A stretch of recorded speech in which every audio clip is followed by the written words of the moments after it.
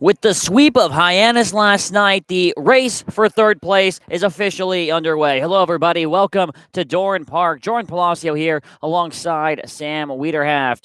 We hope you've made it through your work week very well. It's finally the weekend here, Friday, July 26th, and the Braves take on the red-hot Chatham Anglers for some Friday night action. Now, Sam, we mentioned the Braves swept yesterday against Hyannis. They're pretty much into the playoffs. It would take a miracle, more or less, for Hyannis to overtake the Braves. How easy is it to get very complacent in this type of situations, knowing you're pretty much in? Well, it's very easy, but you can't do it, especially if you're the Braves. And in this Cape Cod baseball league, 8 out of the 10 teams make the playoffs. So I'm not saying it's easy to make the playoffs, but more teams make it in than don't. And the Braves can't just rely on, hey, we made the playoffs, now we're done. They need to try and get as much ground on Kitsui, who's the third place team right now, that they can. Nobody wants to go in as the fourth seed. They'll have to play the number one team in the West. So the Braves still have a lot of work to do. Yeah, they're only trailing Kitsui by 7 points. Kitsui currently sitting at 38, and the Braves with 31 points. That equates to about a 3.5 game lead with 8 games left to go. Now, Chatham, like I said, they're white hot. They're winners of 3 straight, and they're looking for blood. They can get into the playoffs tonight if they beat the Braves and Brewster, loses tonight. That would send Chatham into the playoffs. What do the Braves need to do to really kind of halt their momentum? Yeah, Chatham's got a lot to play for, especially in this game. Chatham has a great pitching staff. I think for the Braves, they can use Lardner, who's pitching tonight, to really silence this Chatham Anglers lineup. This lineup is only it's 9th place in the league in average, batting in the high 230s. So it's not that good of a batting lineup. And for Lardner, has a 1.38 ERA. He's coming off a solid start against Kitsui. If he can be on it, the Braves can rely on their starting pitching and try and get a few runs home and just get a very slim margin over Chatham. And Chatham, they're winners of 3 straight, but the Braves have won 2 out of 3 against Chatham this season. They play their final regular season game when we come back. It's Red Shirt Friday here from Doran Park. First pitch will be coming up next here on the Bourne Braves Baseball Network.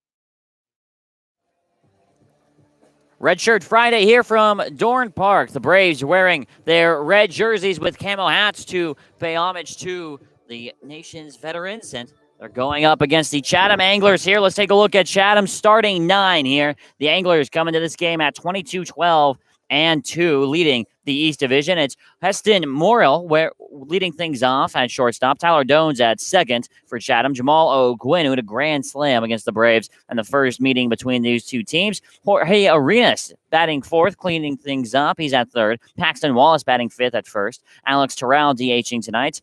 Kendrick Calillo batting in the 7 hole in left. Charlie Welch catching tonight, and Colin Hall in center field for the A's. And pitching on the mound is an all-star for this Braves team, Sam and Mac Lardner. Lardner, the lefty out of Gonzaga, a rising senior, stands at 6'4", 196 pounds. He's coming off a solid start. He went 6 innings against Katuitt, allowing 6 hits, 2 earned runs, but those 2 earned runs were in the first 2 batters of the game. Gave up back-to-back home runs to begin his start, and then he was scoreless throughout. He also pitched in the All-Star game through 1 inning, allowed 1 run. On the season, this will be his 6th game started, has a 2-1 record, a 1.28 ERA, 28 innings pitched, and he will be facing off against the Chatham Anglers for the first time this season. And the Anglers 22-12 and 2. The Braves defensively have Brennan Rivoli behind the plate, Cade Beloso at first, Cody Morris at second, Jimmy Glowacki at short, Xavier Warren at third. As the first pitch from Mac Lardner is in the zone. First pitch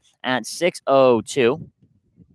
Jake McKenzie's in left. Kyler Fedko gets his first start in center field this season, and Kyle Hess in right. 0-1 pitch to Morrill is fouled off back into the screen, and Mac Lardner with a very quick 0-2 lead. Morrill on the season before you go, Sam. Yeah, he's batting 156, and Lardner's in charge of him here. Yeah, and for the Braves, this first inning is the most important one. The past 6 games, they've given up at least 1 run. The 0-2 pitch is in the dirt. However, it bounces away from Rivoli, so Morrill is going to be able to get to first base on the drop third strike. And a bittersweet moment there for the Braves. Lardner strikes out Morrill on a nasty curve. However, the ball bouncing away from Rivoli. Morrill advances to first. Yeah, that's tough. And Brendan Rivoli, this is his 3rd game starting at catcher on the season. So he's still trying to get used to a position that he hasn't been playing routinely in a while. It bounced away from him. A good pitch from Lardner that got Morrill swinging, but he's now over on first. And like I said, 6 games in a row, there's been at least 1 run given up by the Braves in the first inning. And luckily, it's in the first, but still, this is a very important inning. Tyler Dones bunts the first pitch down the first base line. He might beat it out. The throw to first base is not in time. Tyler Dones beats out a bunt down the first base line. The Braves dugout can't believe it. That's Doug Isham on the call. And just like that, a sacrifice bunt turns into a single. Now runners on first and second with nobody out. Oh, that was tough because Beloso had to come in. Lardner was trying to run over to first. Rivoli ended up fielding it, but it was in a perfect spot in the infield where nobody was. Rivoli's throw wasn't in time, and now it's runners on first and second for the Anglers. They're already getting on top of Mac Lardner here. Now here's Jamal O'Gwynn here. He's batting .275. First pitch to him, he fouls off. 3 home runs on the season, one of them coming against the Braves back the first time these two teams met. It was the second Sunday of the season, a doubleheader. In the first game, O'Gwynn hit a grand slam. That was in the 8-2 Chatham win. However, the Braves were able to come back and win the next game 4-2, and the game later that week 4-1. Second pitch to O'Gwynn is in the dirt for the first ball. A ball and strike now. And grand slam in the first game against the Braves in that doubleheader way back in the second weekend of the season. O'Gwynn's had a pretty solid year this year, batting .275, 18 RBIs. He's drawn a lot of walks, too, 25 on the year. 1-1 pitch fouled back into the screen. Lardner now on top, and he's technically not given up a hit yet. However, runners on first and second.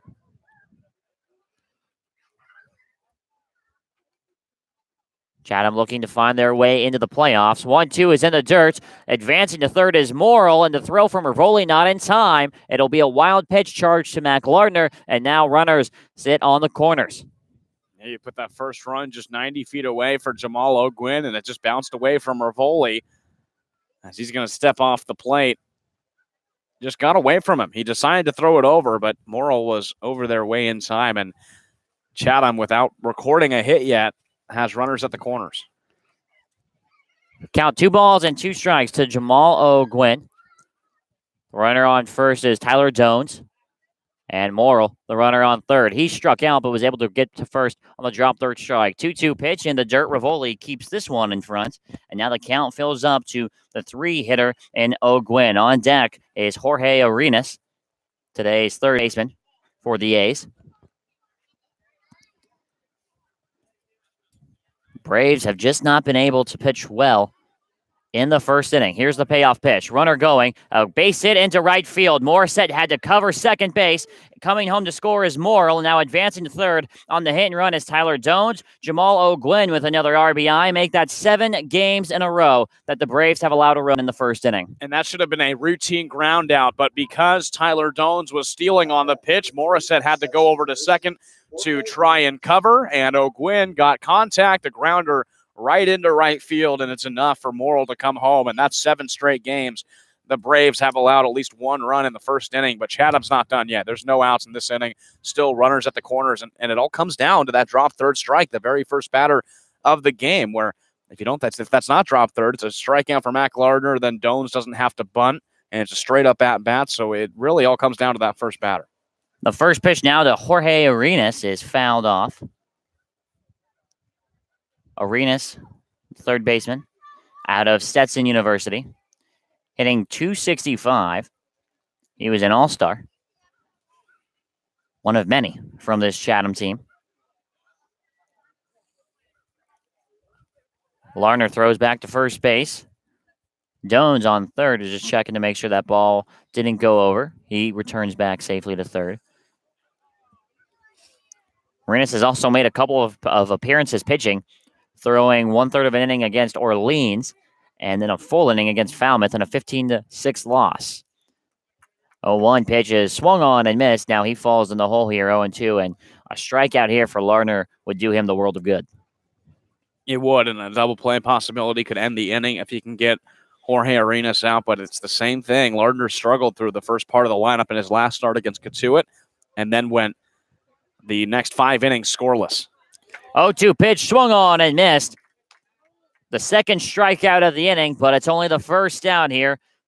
As Arenas goes down on strikes now with 1 out, it'll be Paxton Wallace come to the plate. And that's Lardner's breaking ball that hitters always get out in front of. And he had Jorge Arenas fooled. A swing way early on the breaking ball from Mac Lardner for the second strikeout of the inning, but the first out. And here's Paxton Wallace getting his first pitch from the southpaw Lardner. It's off speed, and Wallace way out in front. He fans on it. 0-1 to count. Wallace out of Wichita State, hitting .235. He's got an OPS of over 800. Coming into this game at 801. 0-1 is in the dirt. Count now at a ball and a strike. In his last game, batted 0 for 3. That was against YD last night. So an off night for him. Last hit comes back on July 20th, almost a week ago. Here's the 1-1. Chopped foul over toward the Braves dugout.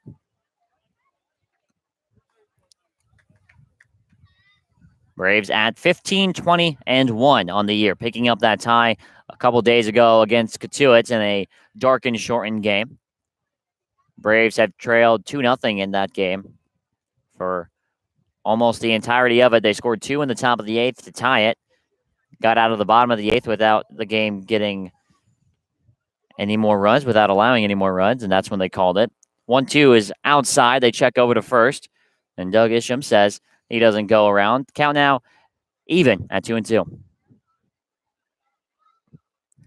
Lardner sets, fires, and it's a fastball that misses way up high. Now the count fills up here to Wallace. Lardner can't let this at-bat get away from him. He had 2, so 1-2 count on Paxton Wallace. Now it runs full. 3 balls and 2 strikes. I wouldn't be surprised if Jamal O'Gwynn gets a head start over on first. He stays put. The 3-2 is up high, and that's a very rare Mac Lardner walk. That's only his third walk of the entire season. He's thrown 28 and a third innings. It fills the bases up now for a dangerous hitter here in Alex Terrell. Mac Lardner was completely in charge of that at-bat, and he let it get away from him. A ball high to Paxton Wallace sends him over to first, and the bases are loaded for Terrell, a dangerous hitter in this lineup. But Chatham's hitting hasn't been their strong suit. It's really been the pitching that's carried them to have this record in the league. They have the best ERA in the league, 9th in the league in batting average. Here's the first pitch to Terrell. Misses up and in for ball one. Lardner's really struggling to find the zone here. The Braves would be able to get out of the inning with a ground ball here. They've already given up 1 run. That was Weston Morrill, who reached base on a drop third strike and then came all the way around to score. 1-0 pitch is in the zone, a much-needed strike.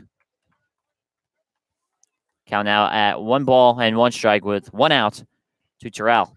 Terrell's batting .228, 18 hits on the year, 4 of them doubles, 2 home runs, 15 RBIs. He's also got 21 strikeouts as well, as he's 1 strike closer to hitting number 22. He swings and misses at the 1-1 pitch. Count now to ball and 2 strikes here with 1 away. And Lardner needs to deal with Terrell. A strikeout would be huge. You move to the 7 batter coming up. It's going to be Kendrick Kalilas with 1 out.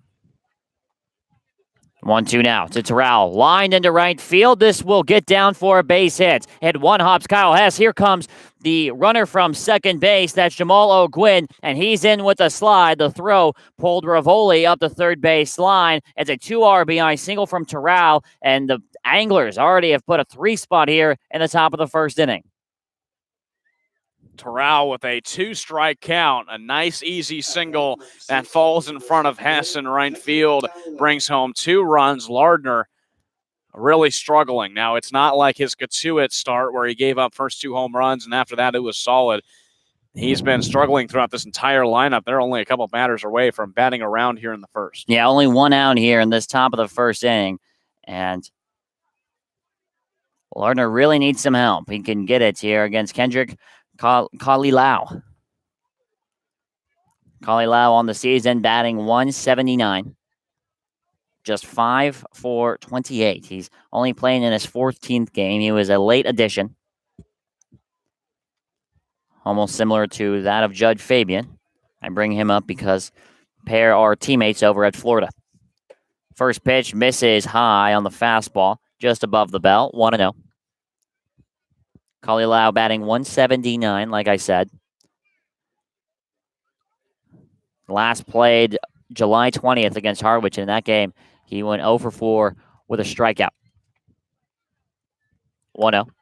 Topped right back to Lardner. He throws to second base, and it's into center field, way over Jimmy Glowacki's head. Paxton Wallace will be able to come all the way from second to score because that throw from Lardner sails into center field, trying to do too much, and it cost Mac Lardner a run. 4-0 now to the Chatham Anglers.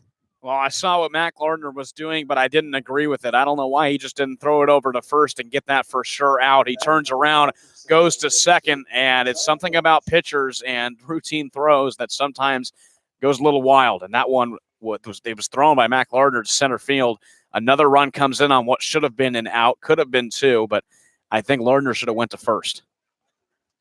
Definitely would have been the easier out to get, but instead it cost him a run, and now he's in the same situation he just faced. Runners on first and second with only 1 out. Here's the catcher, Charlie Welch. He fouls the first pitch off into the screen.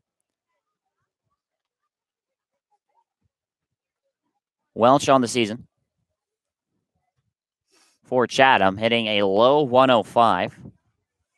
Like we mentioned, this team is next to last in terms of batting average. It's a check swing on the 0-1, but it catches the bat, and he fouls it off on the right side into the netting. Falls behind here, 0-2, and Mac Lardner right now on the mound can't catch a break. And Chatham's almost put this game out of reach in the first inning. 4 runs across the plate. The season high that the Braves have given up has been 6.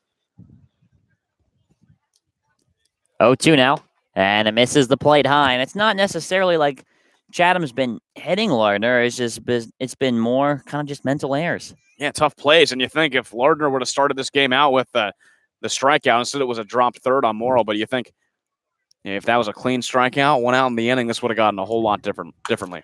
1-2, take it into left field. It gets down for a base hit. Jake McKenzie fields it. He throws it in. The runner, Terrell, being held at third base. It's another single off the bat of Charlie Welch, the fourth hit of the inning, and that'll bring up the number 9 spot here in Colin Hall with the bases loaded with only one out. Well, Mac Lardner's just getting rattled for the second time in this inning. Chatham has loaded up the bases. We're still in the first. There's still only one out. And Chatham is already putting a lot of distance on the Braves before they even come up to bat. And with the best pitching staff in the league, I think if you're Chatham, you'll take your chances up 4-0 in the top of the first inning. Here's Colin Hall for Chatham. First pitch to him misses up and in for ball one. Hall out of Georgia Tech, batting .239 on the year. Only 5 RBIs. He's got an opportunity to really boost that mark here. In the last game he played, it was a pinch hit appearance for him. He came up. Or actually, no, it was not. He last game he played on July 24th, he walked 3 times, only registered 1 at bat as he fouls the 1-0 pitch off. A ball and a strike to count to him now. Came around to score once in that game. Also with an RBI in there as well. He's looking for his first hit since July 19th. Got one in that 9-1 loss to Brewster. Here's the 1-1.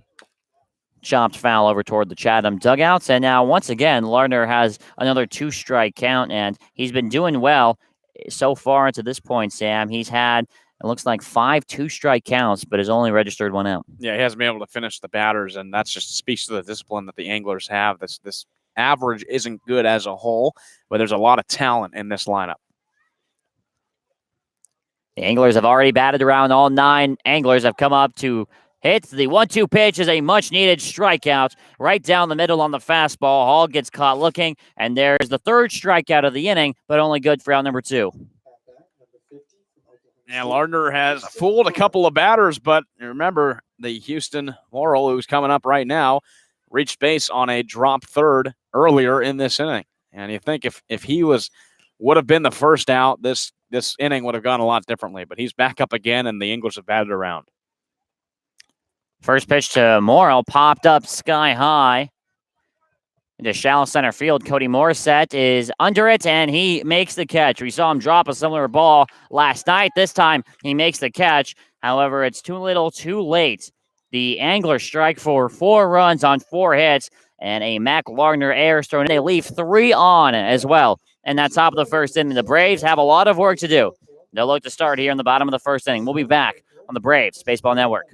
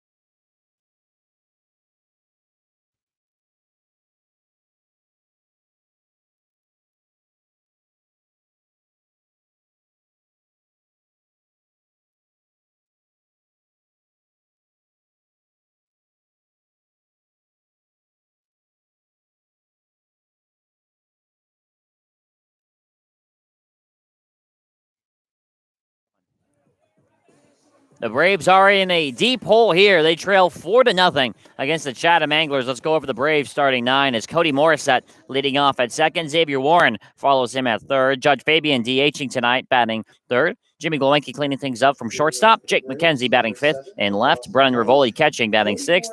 Cade Beloso batting seventh at first base. Kyler Fedko gets his first start at center, batting eighth. And Kyle S. rounds things out, batting ninth in right field. Ty Madden on the mound, and he fires his first pitch high to Cody Morissette. And Sam, what do we know about Ty Madden? Madden's a righty rising sophomore out of Texas, University of Texas, the Longhorn. Stands at 6'3", has a 1-1 record on the year, as the second pitch is a called strike. 1-1 record, 3.72 ERA. He's pitched in 6 games. This will be his 5th start on the year. 19 and a third innings pitched, 19 strikeouts. And the 1-1 grounded over to Weston Merrill, who makes the play. Throw on the first in time, and the first batter up is sent down. 6-3 putouts for round number 1. Yeah, Madden's coming off a loss against Falmouth where he went 3 innings, 5 runs, 4 of them earned on 8 hits, 2 walks, and 3 strikeouts. So he's looking to turn things around against this Braves lineup that already comes up on a lesser hand right now, down 4. Here's Xavier Warren now. 273 average.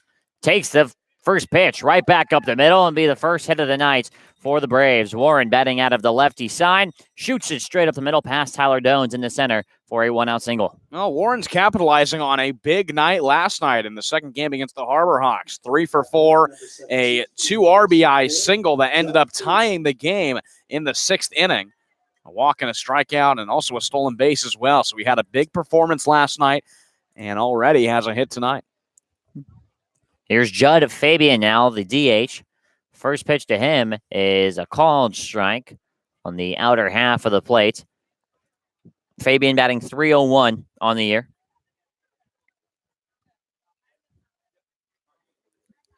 Problem is he strikes out a lot. Leads the team in strikeouts with 29.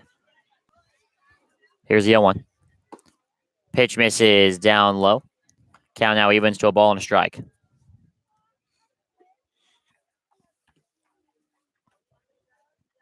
And Fabian in the game last night, at least the second game, had an RBI single in his first at-bat in the first inning.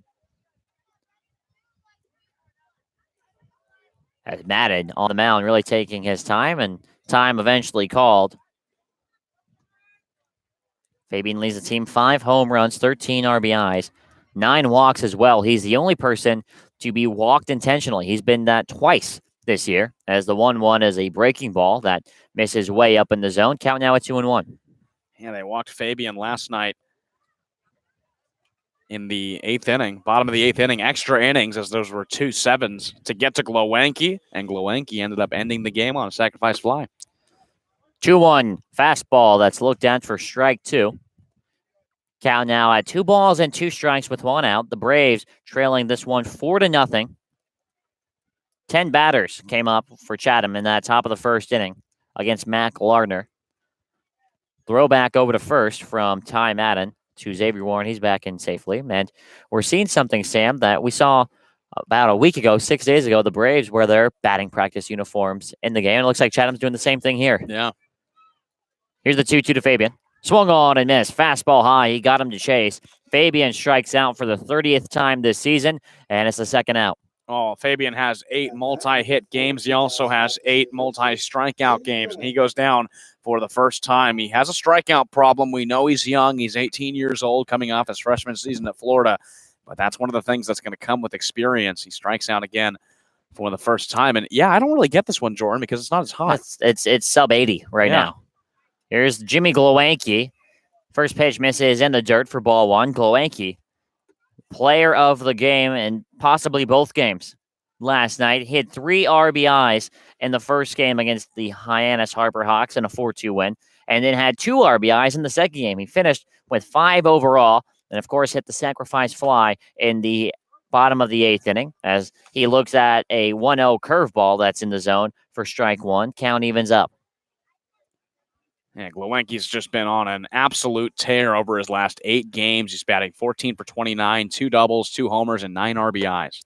He goes after a high fastball from Ty Madden that swung on and missed. Count now at 1-2.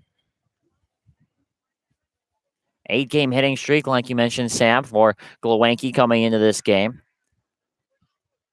1-2 pitch fouled back. It looked like it caught the home plate umpire there, Joe Labella, right in the chest protector. That one probably stung a little bit. Count stays still at 1-2.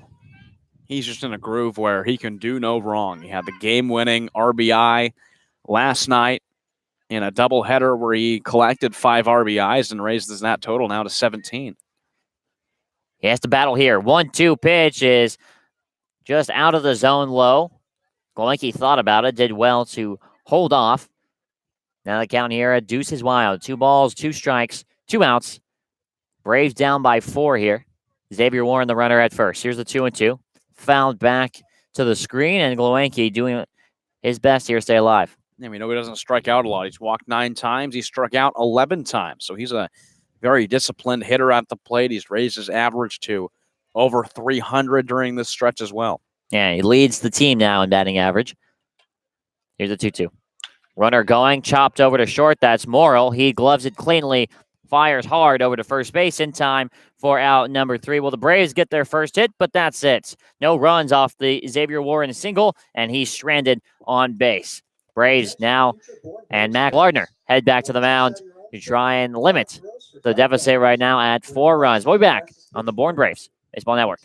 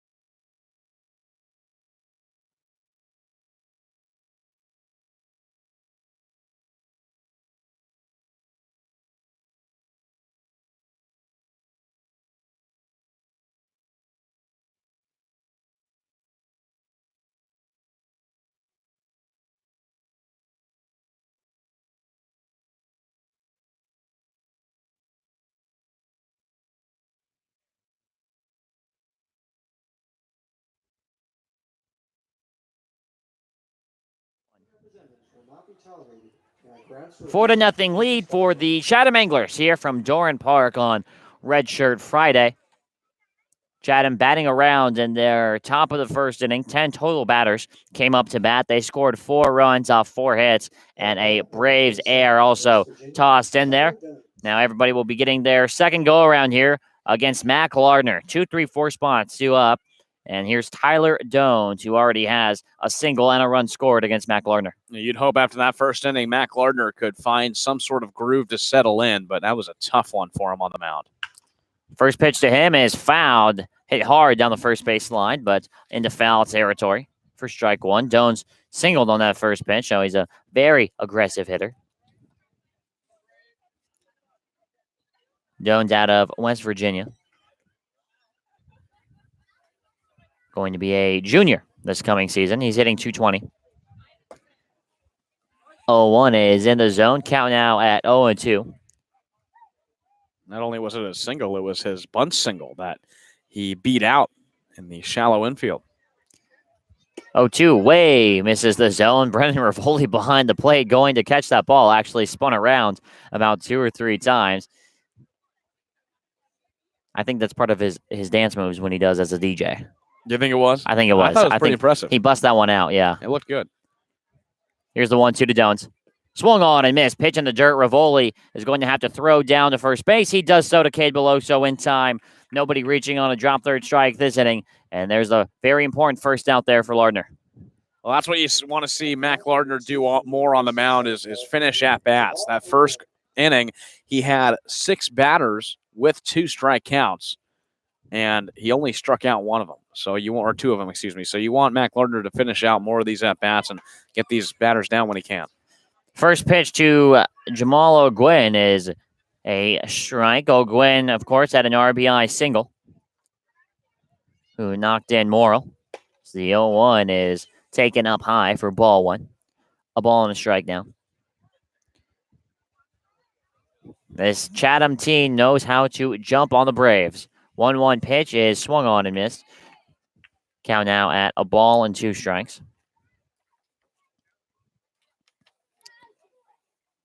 In the first game of the doubleheader between these two teams, as the 1-2 is in the dirt. However, Gwynn crosses the plate with the bat. Rivoli tags him out, and now back-to-back strikeouts. Actually, back-to-back strikeouts make that the fourth strikeout, not counting the drop third strike for Lardner. Yeah, he's getting some hitters to swing and miss at his pitches, and that's the fourth time he sends down an angler on strike. So Lardner getting a little bit more settled in here in the second inning.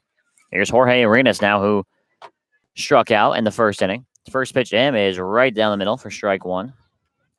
In the first game of the doubleheader between these two teams back on June 23rd, after a clear first inning, the 0-1 to Arenas is swung on and missed 0-2. Chatham put a 6-spot on the Braves in the bottom half of that second inning, and that was pretty much all she wrote. 0-2 now to Arenas is a fastball high and outside. Waste pitch there from Lardner that Arenas doesn't go after. Count now at 1-2 strikes. Every waste pitch for Lardner is always a fastball high and outside. It's been pretty predictable.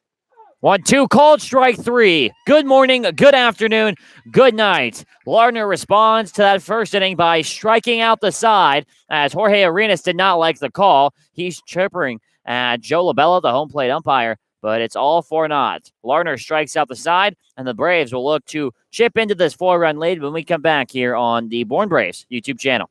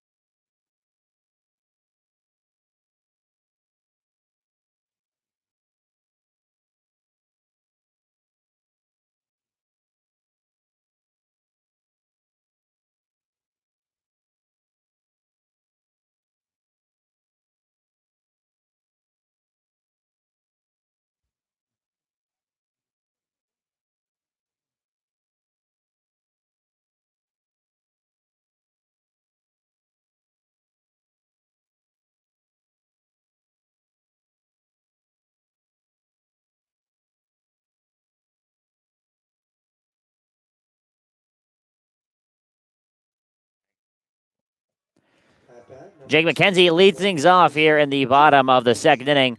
Braves really looking for some offense. Trail this one 4-0 as the first pitch from Ty Madden misses the zone for ball one. McKenzie, good couple of games yesterday as the 1-0 misses high, 2 balls and no strikes, and he moves up all the way to number 5 here in the order, batting .267. 2-0 is a called strike on the fastball that finds the outer half of the plate. 2-1 now to the left fielder. Hey, he showed a little bit of his power. He has 1 home run on the year, but he was a few inches away from hitting a walk-off home run to straightaway center. 2-1 is a check swing. They appeal down to first base to Doug Isham, who's had a lot of work early in this game. He says he went around.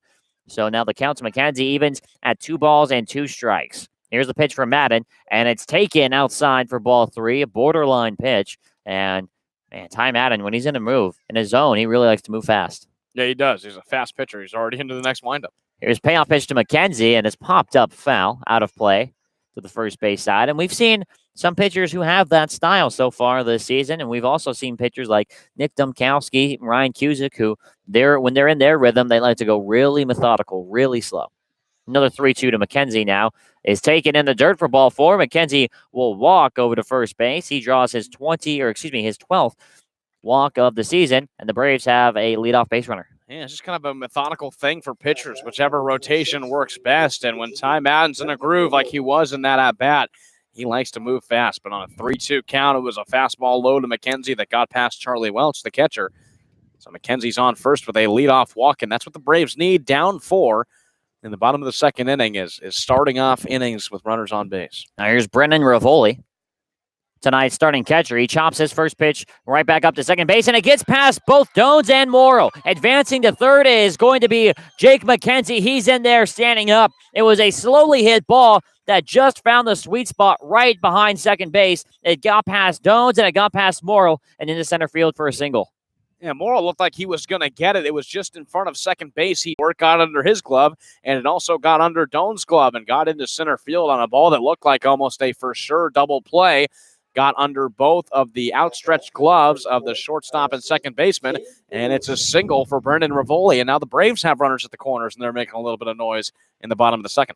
And here's somebody who can really use a base hit right now. Cade Beloso comes in, batting .216. He looks at a first pitch that's in the zone for strike one. Beloso came in as a pinch hitter in the second game of the Hyannis game. Grounded out in his only at-bat. Has not had an RBI since July 19th, that game against Orleans. 0-1 is a foul ball. Beloso went on the outside off speed, and now he's way in the hole here at 0-2. Yeah, Beloso's been 3 for his last 36 at-bats for a .083 average, 10 strikeouts over his past 11 games. He can wipe that all away here with a base hit. Runners on the corners with nobody out. The 0-2 pitch to him has flown into center field. That's Colin Halls to catch. He makes the catch. Here comes Jake McKenzie tagging. The throw to the plate is not in time. McKenzie comes in standing up, and Rivoli decides to stay put at first base. But the Braves on the board, and they're chipping into that lead now. 4-1 the score. All the Braves will take it. McKenzie gets over to third, and Cade Beloso knocks him in with an easy sacrifice fly to center. Colin Hall, his throw was a little off target. That allowed McKenzie to slide in safely. So the Braves get on the board here in the bottom of the second inning. Here's Kyler Fedko now. Runner on first with one out here in the bottom of the second inning. If there is a positive to giving up runs in the first inning, it's the fact that it's in the first inning. The first pitch to Fedko popped up foul on the right side, out of play. Yeah, that's been evident through the past few games that the Braves have given up runs in. They've made games close, especially the Katuitt game where it was 2-0. And then the Braves tied it up in the top of the eighth inning to end up tying the game. But that's a big positive. You give up runs early, you have a lot of time to come back. Here's the 0-1 now to Fedko. It's taken down low for ball one. Rivoli on first base actually was the winning run last night. Had a pinch hit single in the eighth inning. And then advanced to third on a single. And, of course, Jimmy Glowacki hit him in with that sacrifice fly. Here's the 1-1. Misses high. Count now to the center fielder, Fedko, at 2-1. Yeah, Fedko had a nice hit in last night's game. He went 1 for 2. A run scored, a strikeout as well. Still looking for him to emerge for this Braves team with a 150 average. 2-1 to Fedko. Nub to second base. That's Dones to retrieve. He doesn't have a play at second, so he'll have to field and throw to first base. The throw beats Fedko by a step. Rivoli advances to second. 2 outs in the inning now for Kyle Hess. No, because that was hit so slow, Tyler Dones didn't have a play over to second, so Rivoli is in there with no throw, and Dones only had one choice to go to first. So the Braves have another runner in scoring position with Hess rounding out the lineup. 2 outs in the bottom of the second. And Kyle Hess, who as of late has really picked up his game. A lot of RBIs for him. He's got 8 so far in the season as he looks at a first pitch that misses the zone for ball one. He had 3 games in a row, with RBIs. Through the 17th through the 20th, he had 3 RBIs in the span of those 3 games. Also had 2 RBIs in the game against Katuitt. The ball gets away from the catcher Welch on the 2-0 pitch, the 1-0 pitch. That's out of the zone for ball 2. Advancing to third is Brendan Rivoli, and now the Braves 90 feet away from putting on another run. That's what they need here early in this game. Just more runs across the plate. Rivoli moves 90 feet away, and Hess has a good hitter's count at 2-0. He's coming off an 0-for-2 game against Hyannis in the second game. So he's looking to get his 9th RBI on the season. And he's gone all of his RBIs in this month, as the 2-0 pitch misses up and out. Count now at 3 balls and no strikes here to Kyle Hess. Braves go back to the top of the order, and Cody Morissette on deck, and he'll come up now because the 3-0 misses outside. It's a 4-pitch walk to Kyle Hess. Runners now on the corners for the second baseman, Morissette. Hey, you bring it right back to the top of the lineup. 1, 2, 3, due up with 2 outs. Runners at the corners. The Braves offensively showing a little bit of life. They were last place in the league in average just a few days ago, and they moved that now to 7th place after the doubleheader against Hyannis. So their batting is certainly looking on the rise, and there's already going to be a mound visit. Yeah, it makes sense to have a mound visit here. You have runners on first and third after a 4-pitch walk that includes a wild pitch. Just want to settle tie Madden down as the mound visit comes to an end. Everybody going back to their positions. 2 outs here in the bottom of the second inning. 4-1 score between the A's and the Braves. Last time these teams will play against each other in the regular season, the Braves have already secured at least a draw of the season title. Even if they lose today, they will finish 2-2 against the Chatham Anglers. First pitch to Morissette is called a strike. Morissette, first time, he grounded to Morrill over at shortstop. Now has an opportunity here with a base hit to bring the Braves within 2 runs. Here's the 0-1. Called a ball, just missing the zone outside. Count evens at a ball and a strike. And I like Morissette in that leadoff spot. He's a player that knows how to get on base. You move Fabian now to the 3 spot. I think this is the lineup that the Braves can roll with. 1-1 is fouled off just into the netting on the third base side in foul territory. The count now at a ball and 2 strikes to the leadoff man, Morissette. Braves have already put 1 on here in the second inning and are looking to make it 2 at the very least. Here's the 0-2. Breaking ball that misses high. It stayed high. Morissette watches it go by for ball 1. Rivoli, the runner on third, and Hess, the runner at first. Jake McKenzie has already come in to score. The 2-2 pitch is popped up foul. Kyle S. was taking off to second, and he'll have to go back. And we'll see if he moves again here on this next 2-2. And one thing I was impressed with by Braves manager Harvey Shapiro in that Hyannis series was he sent runners on a lot of hit and run opportunities for the Braves, and he does it again there with Kyle Hess.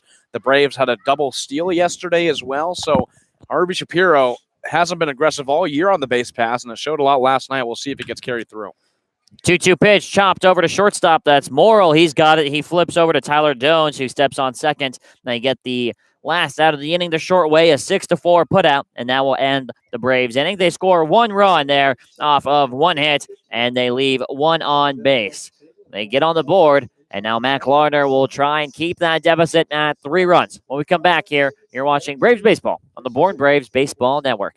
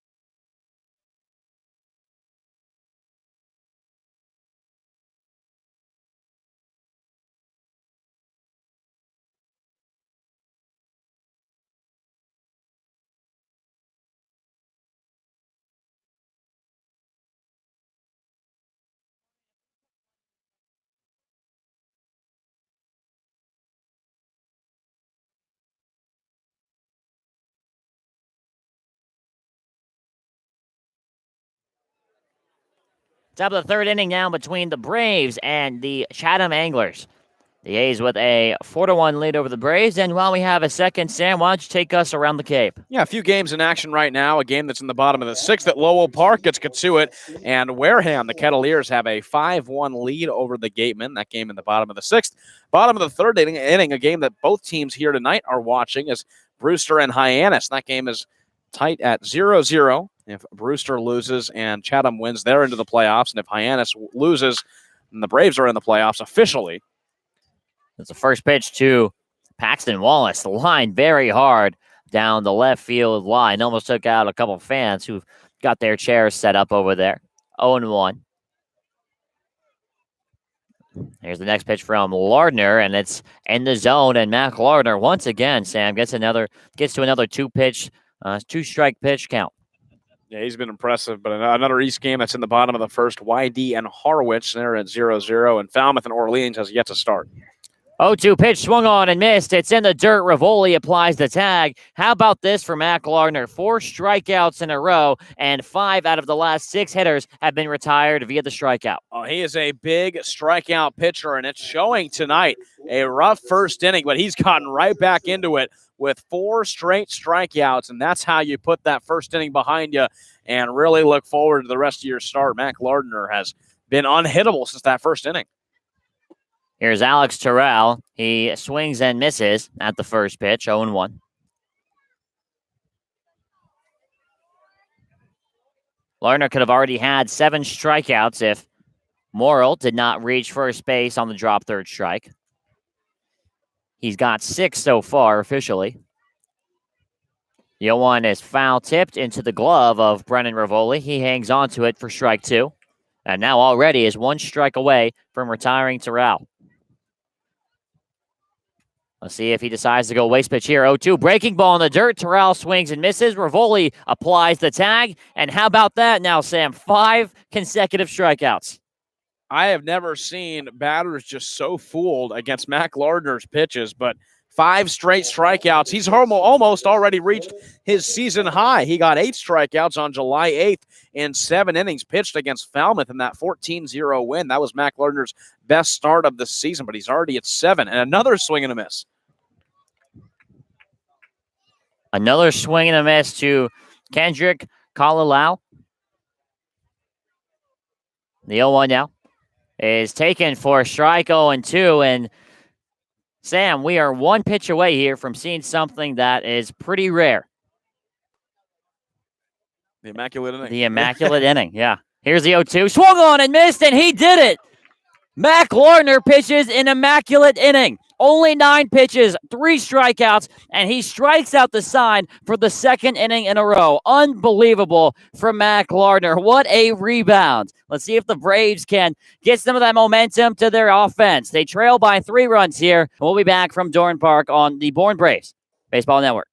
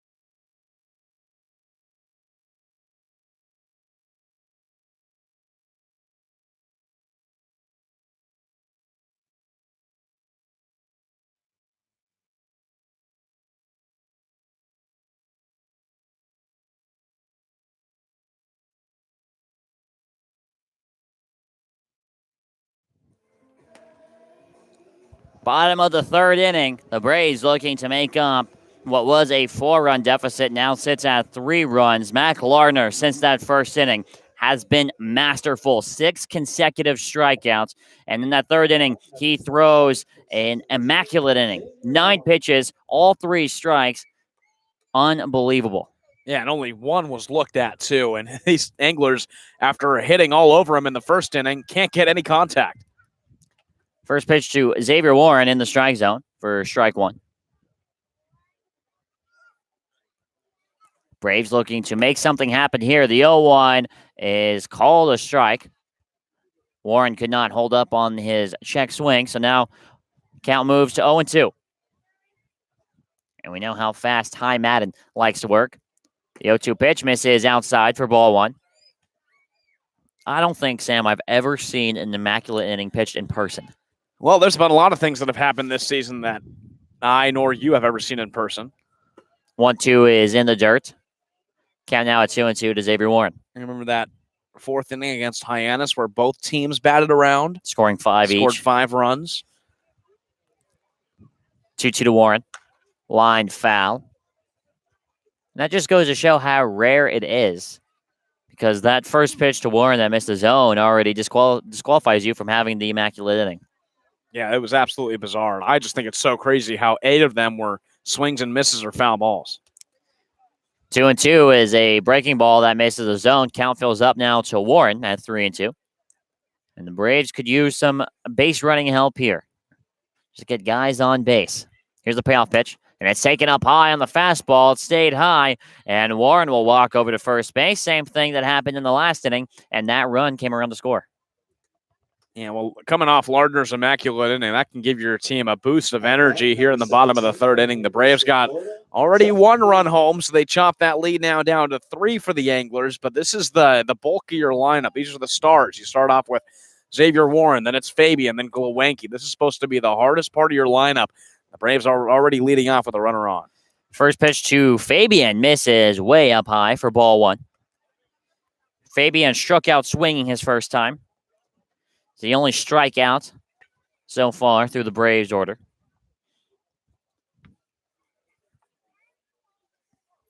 Here's the 1-0. That misses in the dirt low. Now, Madden really having some problems finding the zone.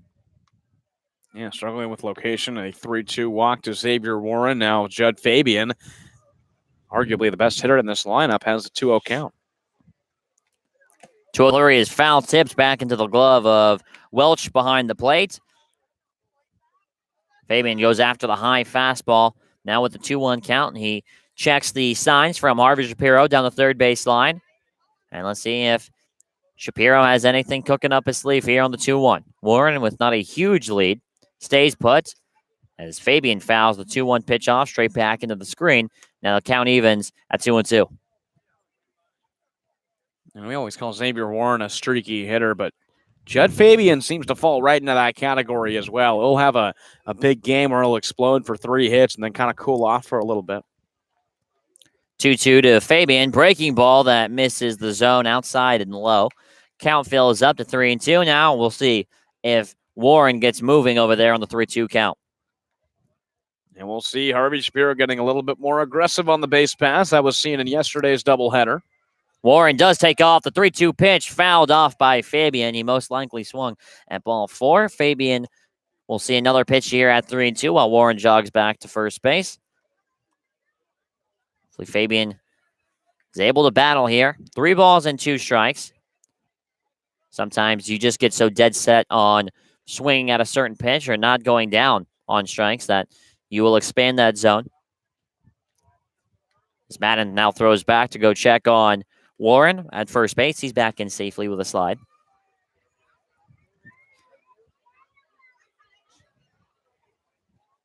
Madden comes set, hands meet at the belt. He kicks and fires a 3-2. It's hooked foul down the left field line just over the concession stands. Interestingly enough, Sam, this time Warren's decided, or maybe Harvey Shapiro decided not to send Warren. Yeah, and I think all this hit and running and stealing bases might be Harvey Shapiro's way of saying, hey, we're into playoff mode here, and this is how we're going to play. The Braves have been last in stolen bases in the league for all year.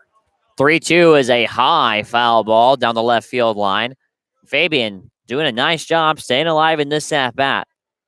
He swung at a couple pitches outside of the zone, but Sam, he's battling right now, staying alive. Yeah, he might be swinging at ball 4 a couple times, but at least he's staying in the at-bat and giving himself more chances to move Warren over.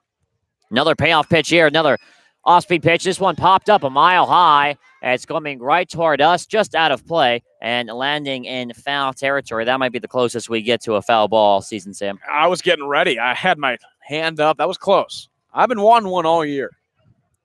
Gonna have to be one of those types. Yeah. A moonball type that the backspin just carries it over the netting. Yeah, well, after our beat reporter Carson Field got one against the Chatham Anglers earlier this season, I've been itching for one. I've been looking, but couldn't get that one. Another payoff pitch for Madden. It's lined into left center field. The problem is it's right at Cali Lau. He makes the catch. It almost flies over his head. Warren has to return to first base. That's a very loud out number 1. And Warren's lucky he wasn't running on that pitch because that could have been easily a double play for Kalalau over and left, and it almost got over his head. He made a bad read on it and came in, but just stretched the arm out, got the glove on it over in left field. So Fabian, while he had good contact, is retired for the first out. Here's Jimmy Glowinski now. Grounded out to Morrill at shortstop his first time as Madden checks on Warren yet again. He's back in safely with the side.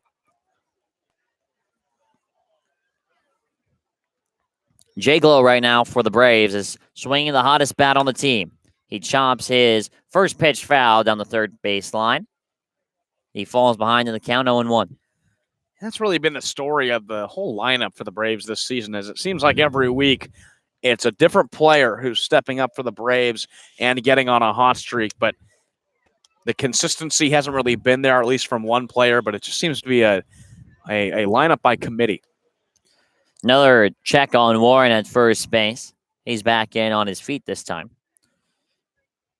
And it always seems like it's someone new every single game. We've seen Fabian have a couple good games. Warren has a couple good games, but then ever so often you have Kyle Hess win you a game as the 0-1 pitch is in the dirt. It bounces away from Welch. Warren advancing to second base. He gets there on the wild pitch. Now a base hit from Glowinski likely will score Xavier Warren. And we know how many of those base hits that Jimmy Glowinski has had in his past 8 games. 5 RBIs in yesterday's doubleheader, including another home run. He's shown power here in this past week and a half. 1-1 is a fastball that stays high. Count now 2-1 to the shortstop. Jake McKenzie's on deck. The Braves trying to climb back after giving up 4 runs in the top of the first inning. Here's the 2-1. Misses up and out. And now Glowinski with a huge advantage here at 3 balls and 1 strike. Yeah, he's got a good hitter's count. Ty Madden has to be careful to not throw a mistake to Glowinski. There is an arm warming up in the right field bullpen for Chatham. You know, the Tom Holliday system. Here's a 3-1. Warren taking on the pitch. Glowinski swings at it. It's slicing towards the line and just goes into foul territory. Close to the 300-yard marker there on the right field fence. The foul pole sitting at 300 feet. Problem is, it just sliced foul at about 295. Well, and I'm convinced if Glowinski would have held up, Xavier Warren would have had a stolen base over on third. He was going to be well in there safely. Warren had a great jump. He timed Madden's release perfectly. He was already about 3/4 of the way there by the time Glowinski swung. Here's the payoff pitch now for Madden to Glowinski. It's a breaking ball, called strike 3. Madden buckles Glowinski's knees, and that's a much-needed second out for the Chatham Anglers. Yeah, Glowinski knew he should have swung at that pitch. He was watching it all the way in. A beautiful breaking ball by Ty Madden to strike out Glowinski, looking for the second out of the inning. That's the most important batter in this lineup and has been for the past 8 games, and he's retired with a runner still in scoring position. Here's Jake McKenzie now. First pitch almost gets by Charlie Welch. Fastball way up and in for ball 1. McKenzie walked his first time in the second inning, came around to score. Thanks to a single from Brennan Rivoli and a sac fly from Cade Beloso. 1-0 pitch stays high as well. 2-0 now. And now we've seen Madden with a lot of his pitches, Sam, really miss way up in the zone. Yeah, he is. He's sailing it. It's really been the fastball. He's sailing it really high, and it's easy for these Braves to lay off because it's way out of the zone. 2-0. Flown out into right center field. Moving back on it is O'Gwynn. He seams under it, and he makes the catch through the sun for out number 3. So Warren leads off with the walk, but the Braves are unable to get him in. No runs, no hits, and 1 left on base. We're through the first third of the ball game, and Lardner retakes the mound here in the top of the 4th inning. We'll be back on the Bourne Braves YouTube channel.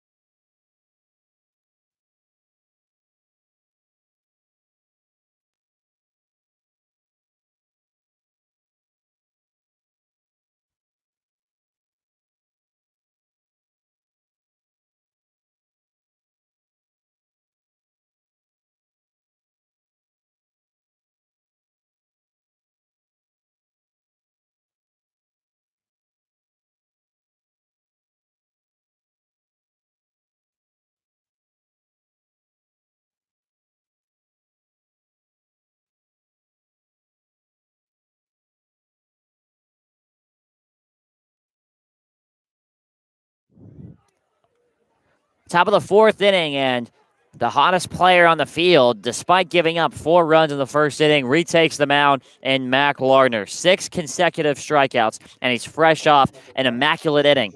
9 pitches, all for strikes, resulting in 3 strikeouts. He's got 6 consecutive, and he's back in action here against the 8-9-1 spots against the Chatham Anglers. It's just such a big flip from that 4-run first inning where Chatham was teeing off of him, and now it seems like they're just can't get any contact. Completely unhittable. Yeah, first pitch to Charlie Welch is a ball. The 1-0 is popped up foul over our heads, over the press box, towards Upper Cape Tech Regional High School.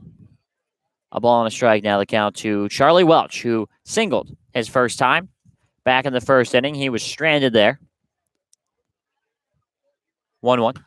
Another fly ball. This one's foul as well. Way over the netting, and now Lardner is a strike away from picking up his 7th consecutive strikeout, and I think I probably know which pitch it's going to be, Sam. Yeah, you're going to want to watch for that off speed from Lardner that he's been throwing so well. There it is. It's the breaking ball, and Welch fights it off. He keeps the count at a ball and 2 strikes. And that was an inside on the breaking ball that Welch just got a piece of, lined it out over on the third base side. So we'll see another pitch from Lardner, but his breaking ball has just been unhittable, and Chatham's been way out in front of it. Here's the 1-2. Chopped once again. Foul. Just foul. It bounced right near the third base bag. It actually looked like it almost hit off of it because of how the ball bounced. It's called a foul ball. Counting out a ball and 2 strikes. Yeah, right off the end of the bag on the third base side. It is called foul, so Charlie Welch will have another try at it. And he's been seeing more pitches in this one at-bat than any other hitter has seen against Mac Lardner since the first inning. 1-2 pitch misses high. Fastball there. Will look like maybe a little bit of a waste pitch there from Lardner, just to change the eye level a little bit. It's taken. Count now at 2-2. Here's the delivery from Lardner. It's a breaking ball that misses the plate low. And now Lardner here, after leading 1-2, has to work from behind at 3 balls and 2 strikes. It looks like Lardner hasn't been able to locate his fastball as well as he might have hoped. Here's the payoff pitch. Fly ball, a high fly ball into left field. That ends the consecutive strikeout streak. McKenzie's under it, and he makes the catch for out number 1. We'll make that 7 in a row. He's retired. Actually, 9 in a row. He's retired. The first one, not by the strikeouts, since the first inning. Yeah, now it was just a battle between Welch and Lardner ended out on top. And he got Welch to fly out, got a little bit under it, and carried it to left. McKenzie was right there for the first out of the inning, but this is what the Braves want to see from Lardner. The first pitch now to Colin Hall is taken upstairs for ball 1. Well, Lardner has retired an entire lineup's worth in a row, as the 1-0 is a fastball in the outer half, taken for strike 1. The last person to get a hit was Charlie Welch back in that first inning. Here's the 1-1. Popped up foul on the third base side, way out of play. And now Lardner once again with another 2-strike count. And this is a Chatham team that throughout the first part of the season has struggled with Western opponents. Their record is even at 9-9. The 1-2 from Lardner way in the dirt there. Bounced about a good 3 or 4 feet. Count now at 2-2. Their East record, they've only lost 3 games, 13-3-2. So they've been able to beat up on their own division opponents, which is good on at least making it to the finals in the postseason. But when they play the West, they have had some struggles this year. 2-2 pitch is flown out into center field. That's Kyler Fedko moving to his right. It's actually going to be Jake McKenzie, who calls off the center fielder Fedko, who makes the catch for out number 2. The ball slicing and looked like it was going to start in center field and move toward left center. And McKenzie makes 2 catches in a row for the 2 outs. Yeah, that ball didn't have any drive to it. Hall just got a little bit under it. McKenzie was able to get there in time. Had a lot of range to cover, but he got to left center field for the second out of the inning, and Lardner continues to roll through this lineup for a second time. Here's Morrill now. Big swing and a miss at the first pitch. Morrill is 0 for 2. He reached on to first with a drop third strike and came around to score. popped up to Cody Morissette to end the first inning. His last time in here, he might have an extra base hit. 0-1's lined into right center field. Morrill loses his helmet as he rounds first. He's into second base standing up, and that's where he'll stay. An 0-1 fastball that Morrill takes into right center field. It's a 2-out double for the Anglers. He got all over it. Just the second pitch he saw from Lardner to right center field with a ton of drive. It didn't quite get all the way out to the wall. Kyle Hess caught it off, but he hit that ball a ton and gets on with a 2-out double, and Chatham has a runner in scoring position. So that ends the streak at 10 consecutive batters in a row that Lardner retired. His high is 18. He did that in the 14-0 Falmouth win a couple of weeks ago. Now he's facing Tyler Jones here with a runner in scoring position. Jones is 1-for-2. The first pitch to him is in the dirt. Rivoli has to pick up and throw, and he throws it away. It's into left field. Morrill took third, and now he's going to score. No play for Jake McKenzie. Another throwing error cost the Braves another run, and the Chatham Anglers reinstate their 4-run lead. It's 5-1. Well, hindsight is 20/20, but I don't think that Brendan Rivoli should have threw that ball over to third. It looked like Morrill was going to get there by a mile. Rivoli didn't really have a play, but he still throws it, and it was tough because he had done a 360 when he picked that ball up and didn't really recover himself when he threw it, and it just went wild, and it's another run for the Chatham Anglers. Now the 1-0 pitch to Tyler Jones is in there for a strike. Make that 2 runs that have come in to score off of errors for the Braves as the 1-1 is popped up, foul.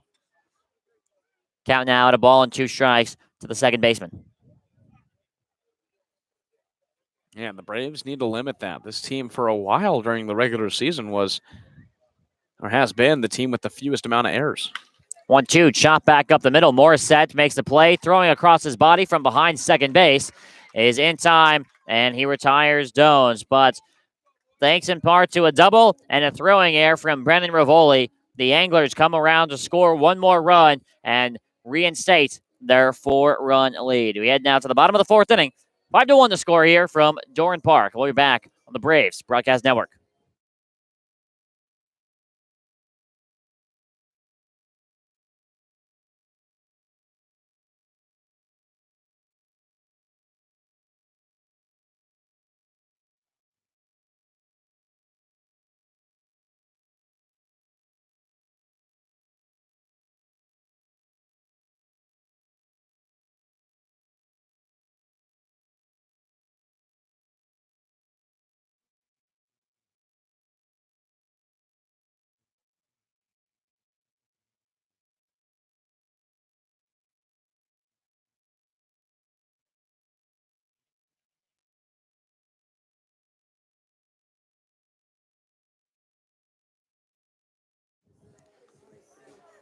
Bottom of the 4th inning, and the Braves are trailing by 4 runs to the league's best team, the Chatham Anglers, sitting at 46 points.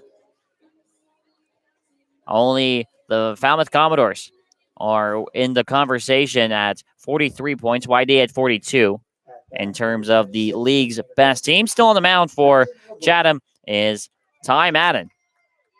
And as the season goes on, we've seen head coach Tom Holliday's 3-3-3 system kind of go by the wayside as the first pitch to Brendan Rivoli rocketed up the middle past the diving Tyler Jones, and Rivoli has had himself a good game to this point.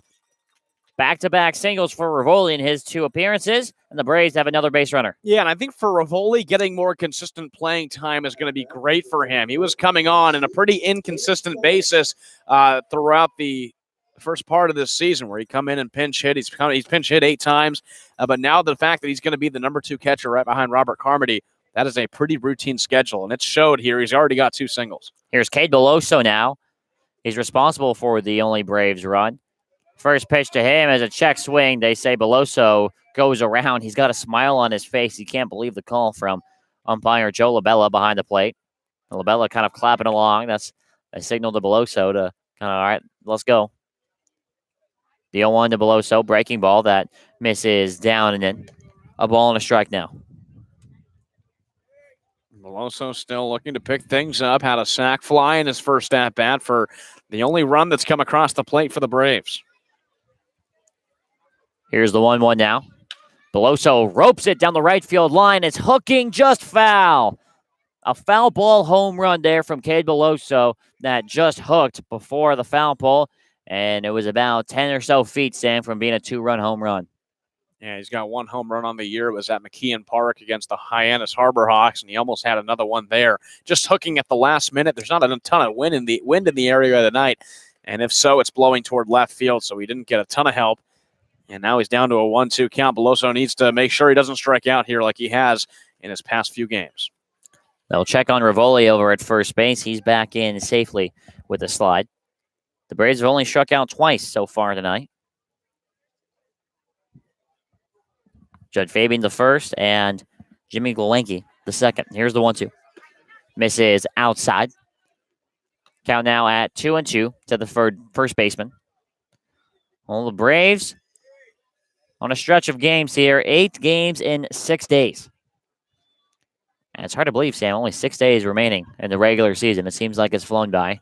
The 2-2 to Beloso, lined right toward Tyler Jones at second. Rivoli didn't read it correctly. He's almost thrown out at first base. First base umpire Doug Isham says he's back in safely. The Braves narrowly escape a double play, but they have 1 out here in the bottom of the 4th. Well, Beloso hit that ball hard, but right at Tyler Jones at second base, so he makes the line out. And all throughout that at-bat, Brendan Rivoli had a huge lead off of first. That's why Ty Madden kept looking back, and it almost came back to haunt him. He was about 5 or 6 steps off first when Jones made the throw, but Rivoli slides in safely. It's only 1 out, and Kyler Fedko now comes up. And Fedko grounded out to Jones, his first time up. His first pitch is in the dirt. Rivoli trying to take second base. Here comes a throw from Welch, and it's not in time. Jones tried to make an athletic tag. The throw from Welch was a little high. Jones jumped into the air and tried to apply the tag while in the air. It looks like Rivoli was able to just squeak into the base. He's in safely at second. Yeah, you knew Rivoli was looking for that really this whole inning. He was taking a huge lead off first, and he finally takes off. A little help from the pass ball by Charlie Welch, but now he's in scoring position. Here's the 1-0 to Fedko now, and it misses up high for ball 2. Braves stranded a runner at second base last inning in the 3rd. They need to start putting in the runs before it gets too late into this ball game. They trail by 4 to the team with the best ERA in the entire league. Here's the 2-0. Fly ball into right center field. Hall and O'Gwyn back on it. Hall makes the catch. Rivoli was off the bag. He now returns to second base in plenty of time. And now 2 outs here in the bottom of the 4th. Yeah, that's an unproductive out from Kyler Fedko. A little fly out to right center field, routine for Colin Hall. Rivoli doesn't advance. So now you got Kyle Hess, the number 9 batter, coming up with Rivoli still on second. Braves still have a lot of work to do as Chatham got 1 run back in the 4th. They trail 5-1, and Kyle Hess looking to have some magic that he had about 2 weeks ago. He had a 2-run home run against Harwich at White House Field. He fouls the first pitch off over toward the UCT High School. Falls behind for strike 1. Hess walked his first time on 4 pitches, so he still has yet to register an at-bat. Here's the 0-1. Curveball that misses the zone just outside for ball 1. And Sam, like we were saying, the 3-3-3 system for Tom Holliday for Chatham seems to have gone by the wayside as we approach the later parts of this season. It has, and that's kind of just what happens when you start preparing for playoffs and get in the final quarter of this season. 1-1 misses high on the fastball. Madden has had a problem locating that pitch the entire game. Count now at 2 balls and a strike to Kyle Hess, looking to bring in Brendan Rivoli. He advanced to second off a wild pitch. Here's the 2-1. Breaking ball into the zone for strike 2. Almost very reminiscent of Mac Lardner's curveball, just breaking kind of slow and toward the plate. 2 balls, 2 strikes, and 2 outs with the runner on second base. Here's the pitch to Kyle Hess, and he fouls it off over toward UCT once again on top of the roof, and I'll see another pitch at 2-2. Staying alive. This is an important at-bat here in the bottom of the 4th inning with the Braves trailing by 4. Looking to do whatever to try and bring Brendan Rivoli home, who led off this inning with a single and hasn't really gotten much farther after that. 2-2 pitch, grounded over to first base. That is Paxton Wallace who's got it. He steps on first himself, and that's all she wrote in the bottom of the fourth inning. For the second inning in a row, the leadoff man gets aboard, but he's stranded at second base. It's no runs off one hit and one left on base. We'll go now to the top of the fifth inning. The Braves trying to defend a 5-1 deficit right now. It'll be Josh Culver coming into the game for the Braves when we come back on the Bourne Braves Baseball Network.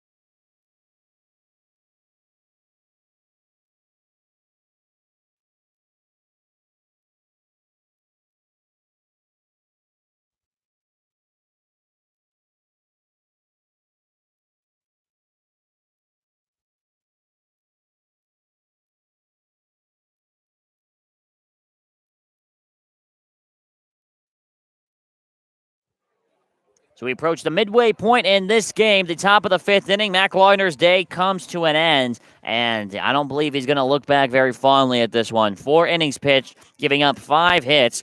He struck out 9, walking 1. However, he gave up 5 runs to the Chatham Anglers, who are near the worst in terms of batting average in the league. He's replaced by a familiar face on the mound here, Sam, and Josh Culver. The right-handed pitcher from Minnesota comes in pitching in his 9th game, has an 0-3 record, 8.26 ERA, 16 1/3 innings pitched on the year.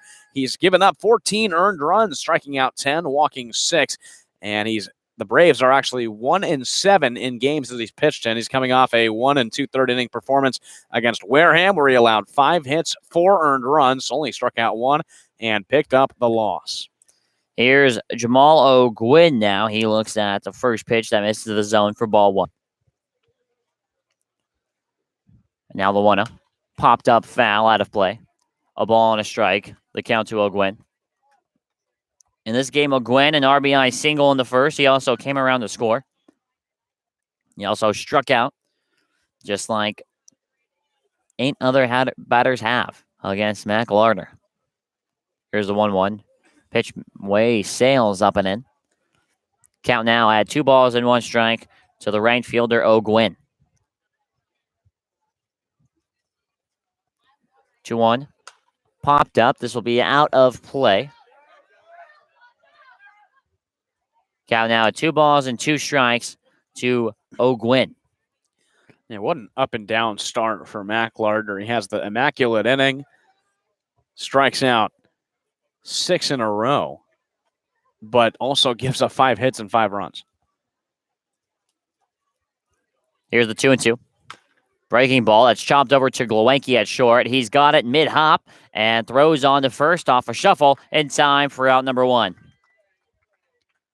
Routine out for Jimmy Glowenke, and just by watching him all year, you can tell his weakness is his arm.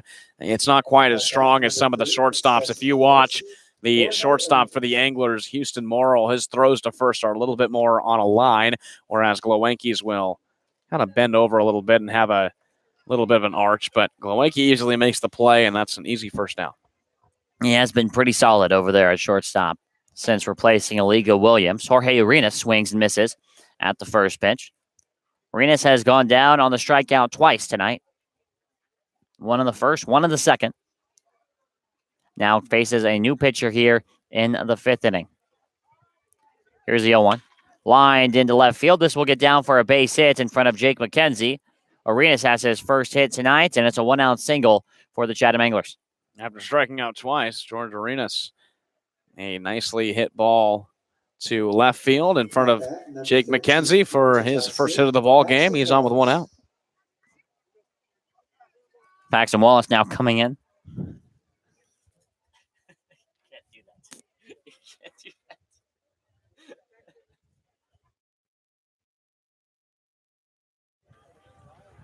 First pitch to Paxton Wallace after he's 0 for 1 today is a foul ball.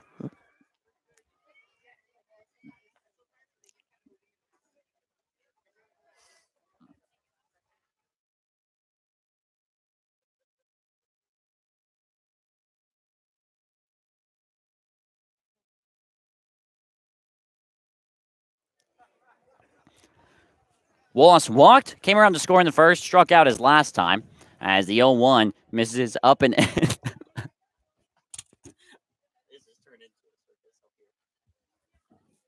my God, okay, I'm ready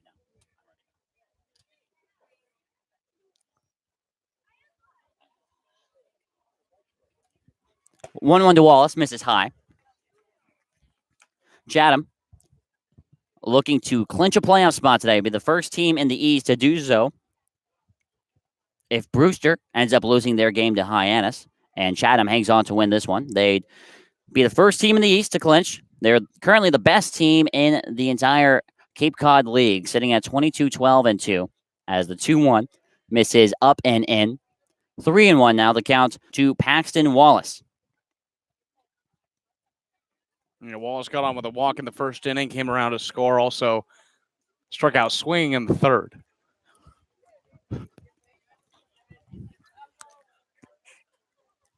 Three and 1 to Wallace, popped up and out of play. Beginning to chill out a little bit here at Doran Park. Hotter day today, hitting in the mid-80s. The heat wave and the storm that followed that heat wave have all subsided. Should be pretty clear skies from here on in. About 6 days left in the regular season. 3-2 pitch with the runner going is flown out to center field, rather. Kyler Fedko's under it. He makes the catch. He is going to attempt to throw out the runner at first. Arenas, he's back in plenty of time. It's an important out number 2 on the fly out from Paxton Wallace. And Arenas, who was going on that pitch and actually curved around second, and he's pointing and talking with, looks like Jimmy Glowenke, the shortstop, but Fedko tried to make the play as Arenas was way over on second, but he quickly put the brakes on as he saw it was going to be caught and headed back over to first. He got there in time. And now there's 2 outs, runner on first, and Culver's job is just to leave that runner over on first and take care of Terrell. And Terrell comes in, looks at a first pitch that misses high. You got to watch out here, Sam. There's a lot of bugs flying around. I just got hit in the face. Oh, lucky it wasn't a hornet or a wasp. Oh, we got a lot of, we have the wasp spray ready to go. We do. That's just one of the Cape Cod traditions, I think. Well, it's a tradition that needs to end. We've seen it a lot in Tomahawk Talk, where our post-game show here with the Braves on Twitter and YouTube and all the social media, where we'll see a lot of bugs get in our face as the 1-0 pitch flown out to right field. It's playable for Kyle Hess. It hangs up in the air, and Hess makes the catch for out number 3. So after giving up the single to Jorge Arenas, Culver is able to work out the rest of the inning. The Braves will look to get back on the board as a new pitcher is going to come into the game for the Chatham Anglers. We'll be back here from Doran Park on the Bourne Braves Baseball Network.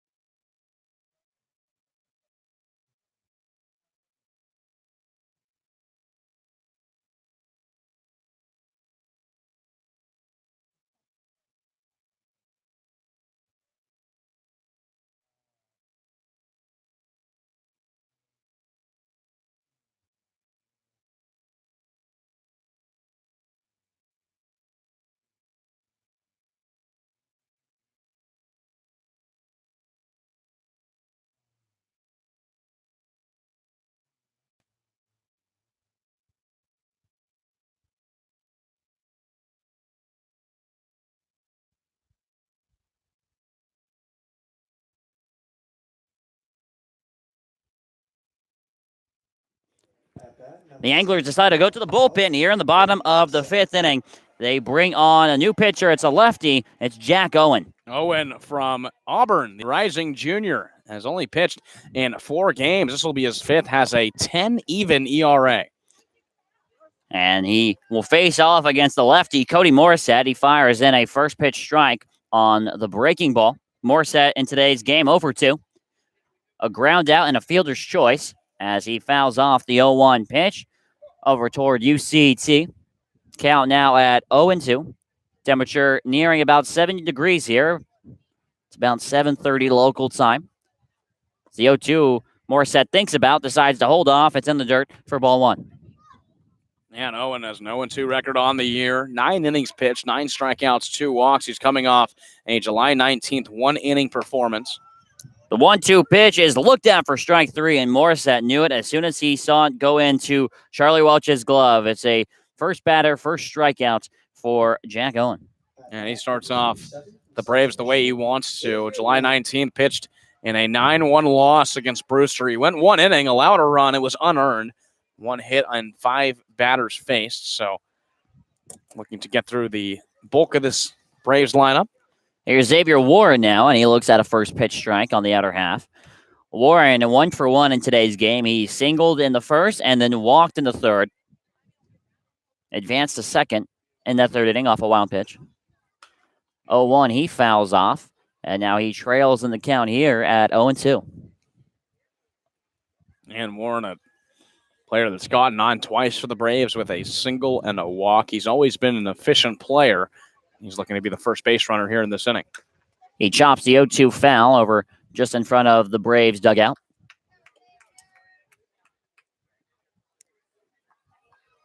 I'm really wondering the reason for the batting practice shirts for the Chatham Anglers today. I mean, for the Braves, last Saturday it was 95 degrees, so they don't even put the jerseys on. But I am really wondering the backstory here. 0-2 misses inside, 1-2 now. And it's so funny because the Chatham pitching coach, you see him, he's wearing the actual jersey. You see him, he's charting right in front of the dugout the pitches. As the 1-2 misses outside. 2 balls and 2 strikes. So I think there's something more. Maybe they just forgot the jerseys. That happens. That's not out of the realm of possibility for sure. 2-2 misses outside. 3-2. And Sam, if we could do a little impromptu checking up here, let's do a little Hawk Watch. Oh, my favorite segment. Yeah, it's a little bit of a different segment. It's impromptu. It is. Here's the payoff pitch to Warren. And it's called strike 3. Back-to-back strikeouts as Warren was getting ready to head to first base. There's the second out here in the bottom of the 5th. Well, heading to Hawk Watch, the Braves are going to like this, and the Chatham Anglers are not. Brewster leads 5-0 over the Hyannis Harbor Hawks at McKeon Park in the bottom of the 5th inning. And you'd have to imagine Stony Brook Field, there's no lights. More than likely, I don't think that game will go the full 9. Actually, no, they're on McKeon Park. Never mind. I was going to say, good thing they're playing McKeon. They're McKeon, so never mind. They'll be able to get in the full 9. Judge Fabian comes in. He looks at a first pitch strike. I wouldn't call it for sure yet. But. That's a good point. And the 0-1 misses outside. A ball and a strike now to Fabian. Fabian looking to bounce back here. Struck out his first time. Flew out in his second at-bat. And now he flies this pitch over to center field. Colin Hall is under it, and he makes the catch in left center field. And the Braves go 1-2-3 here in the bottom of the 5th inning. Owen comes in, and he works a perfect inning, striking out 2. The Braves will look to keep the deficit at 4 runs here with Josh Culver retaking the mound when we're back on the Bourne Braves YouTube channel.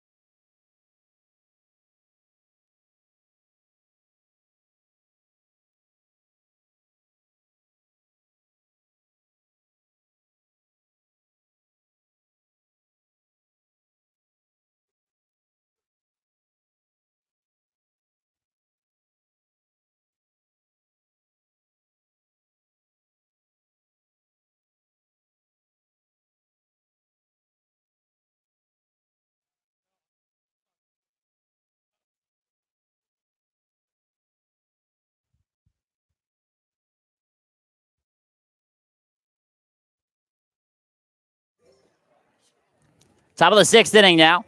The Braves still trailing 5-1 here between them and the Chatham Anglers, who have their magic number currently sitting at 4 points to clinch the playoffs. Obviously, they'll do better than fourth place, at least you'd think, as Culver throws the first pitch to Kendrick Conley-Lau. Misses the zone for ball one.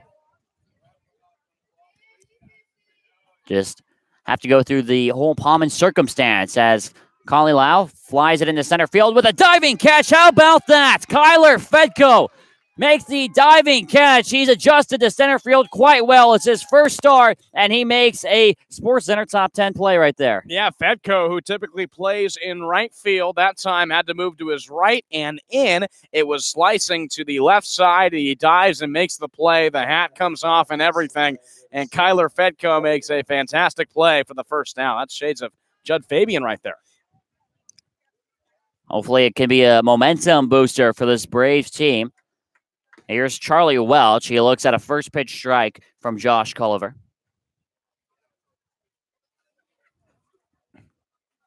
The Braves playing 8 games in 6 days. They're started a 12-game stretch without any days off as Fedko is being called on again, and a line drive falls just in front of him. He thought about diving, I'm sure.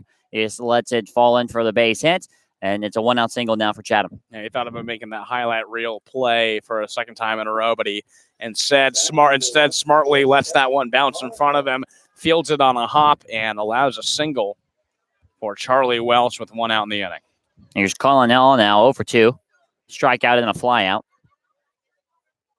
The Braves on their stretch of 12 games are 2-1-1 as Hall looks at a strike.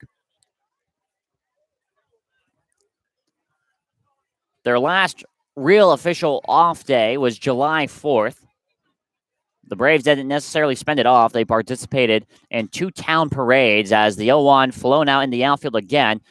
Kyler Fedko will range over. He makes the catch. He's had a lot of action in this top of the 6th inning, and he's responsible for the second out. Yeah, Fedko getting more action there, but yeah, a lot being asked of the Braves in one of the most unique years in Cape Cod Baseball League history, with rainouts all over the place. The Braves have had 11 and have all had to make those games up. So there are scheduled off days, and they're typically every Monday, but because of the rainouts, it's had to be made up, and the Braves have had to play consecutive games in a row, and it's been tough. It takes a toll on these players for sure. First pitch to the leadoff man here, Morrill, is taken for a ball. 1-0.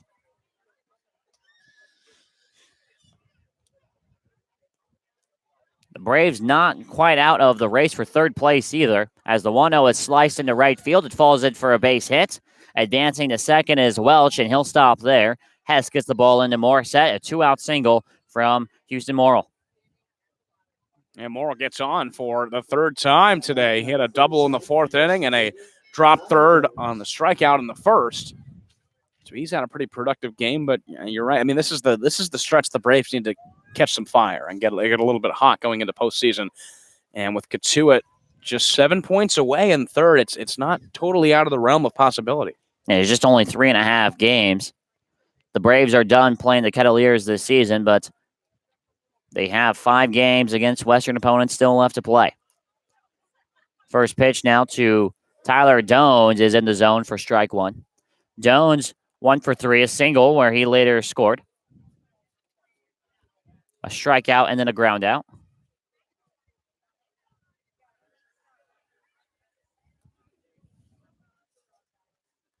Here's the 0-1. It's in the dirt.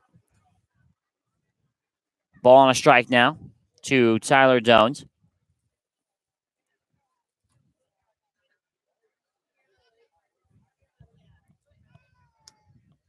It's been a little bit of a frustrating game for the Braves here so far, giving up 4 in the first, and that's the difference right now between these two teams. They've only been able to get 1 across the board, as the 1-1 is just inside. Call the ball. 2-1 now to Tyler Dones. 2 of those runs coming to score off of errors. 1 by Mac Lardner, 1 by Brennan Rivoli. The Braves in the last 2 games combined with 5 errors, 2 in this one and 3 in the game last night. 2-1, call the strike, fastball in the outside corner, and now Culliver a strike away from getting out of the inning. Yeah, that doubleheader yesterday had a routine pop-up to Cade Beloso at first, dropped, and the second game had a routine pop-up to shallow right field that Cody Morissette was under that he also dropped. So just out-of-character plays for this fielding staff of the Braves. Here's a 2-2. There, he checked to first base to see if he went around. He did not. Pitch just missed inside. So Doan stays alive for another pitch. It was barely a check swing, if one at all. So Doan stays alive, fills up the count. Now 3 balls, 2 strikes, and 2 outs here with a runner on second base in the top of the 6th inning. The Braves just looking to stay alive in this game. We have time called from Brennan Rivoli behind the plate.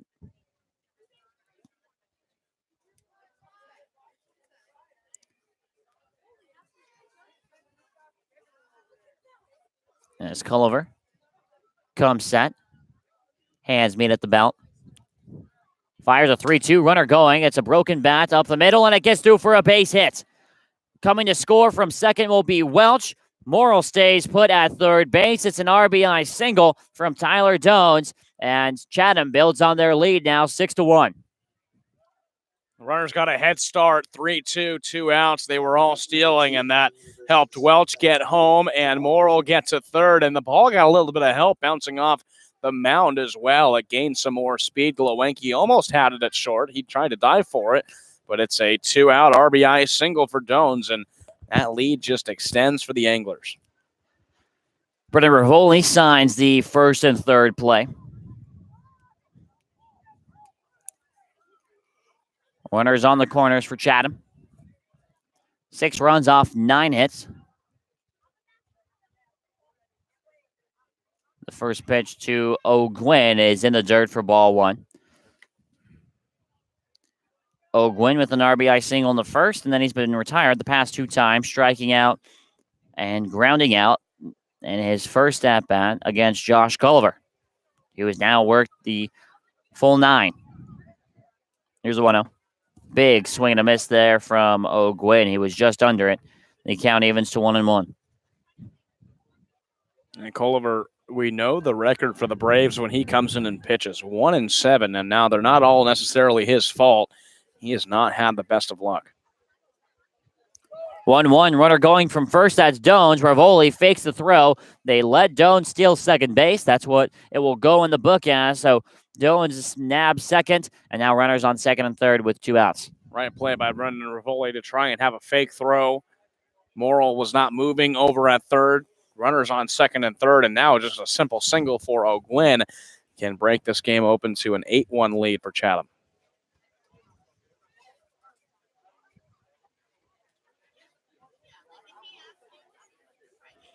Two balls and 1 strike. The count to Jamal O'Gwyn. He fouls the pitch off. Straight back into the backstop, and now Culliver again, 1 strike away from getting out of the inning. He had Dones at a 3-2 count, and now has O'Gwyn at a 2-2 count. Chatham has already scored 1 run here on the top of the 6th.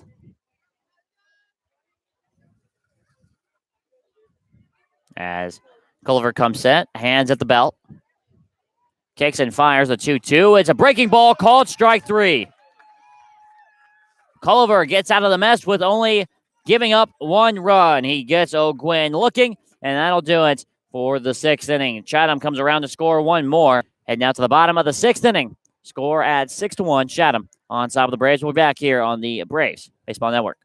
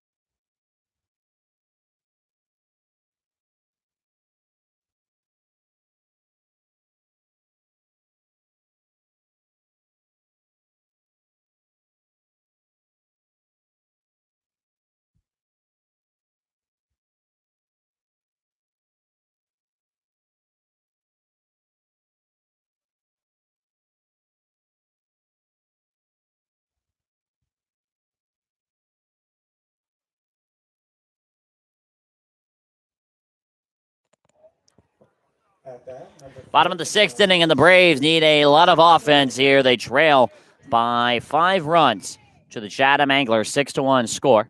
Jimmy Glowacki leading things off. He's 0 for 2. Facing Jack Owen, who fires a first pitch that misses the zone for ball 1. Yeah, Glowacki hasn't had the kind of game that he's been used to having over his past week and a half. So far, 0 for 2 with a strikeout looking. 1-0 popped up found on the first base side. 1-1. So strange. So weirdly strange this Cape Cod season because of all the rainouts, as the 1-1 pitch flown out into left field. On the move and making a diving catch is Kendrick Kalilau. What a play by the left fielder, robbing Jimmy Glowacki of a hit. And he did just that. That ball was going to bounce right in front of him, it looked like, but Kalilau tracks it down and makes the catch on the dive for the first out of the inning. I talk about it all season, but the fielding has just been incredible so far. First pitch to Jake McKenzie is taken for a ball, 1-0. Well, it's just one of those games for the Braves. Just can't buy something to go their way, as the 1-0 to McKenzie taken outside, 2-0.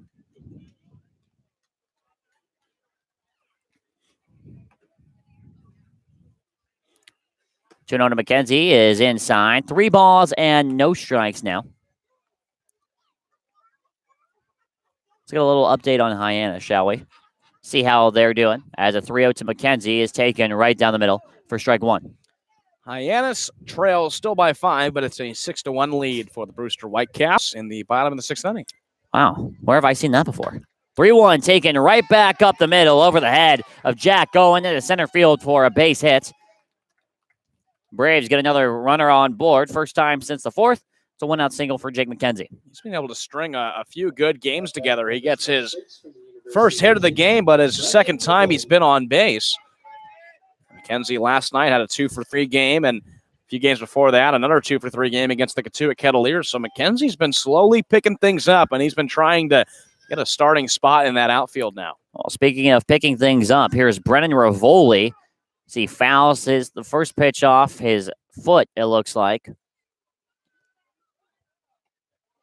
You have to hope the shin guard that he wears caught the most of that foul ball. You know, I think Brendan Rivoli tonight wins the award for dirtiest uniform as well. He's been working. I mean, the catcher's behind the plate. You know, the dirt kicks up, and it's always good. What does Mom always say? She doesn't want to wash a clean uniform. Nice. Yeah. Yeah, nice. Here's the 0-1 to Rivoli. Popped up. This will get down for his 3rd hit of the night. Have yourself a night, Brendan Rivoli, a floater over Morrill's head at shortstop. And that has to be a season high for Brendan Rivoli. 3 singles in a row for the catcher. Runners on first and second with 1 out. Not only is it a season high for his 3rd hit, but this is actually his first multi-hit game on the season. 3 hits for Brendan Rivoli. They're all 3 singles, and he is having the best game of his season so far. 4 hits in a row if you include his pinch hit appearance against Hyannis last night. Now here's Cade Beloso, the Braves trying to close the gap, as Beloso takes the first pitch inside for ball 1.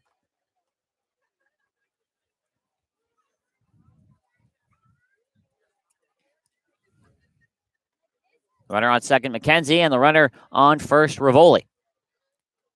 1-0, just called the ball, missed the zone, outside.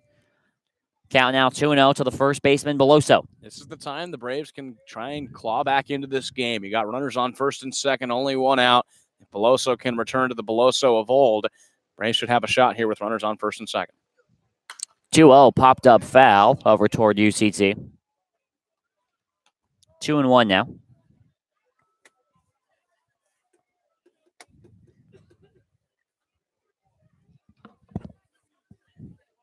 The Braves are undefeated in this quarter of the season and the final 11 games. The 2-1 curved into the zone for strike 2. Beloso now with an even count at 2 balls and 2 strikes. That was a nasty breaking ball from Jack Owen for the second strike of this at-bat, and he can get himself back in here mentally. Try and throw strike 3 against Beloso. Here's a 2-2. It's popped up foul. Beloso stays alive.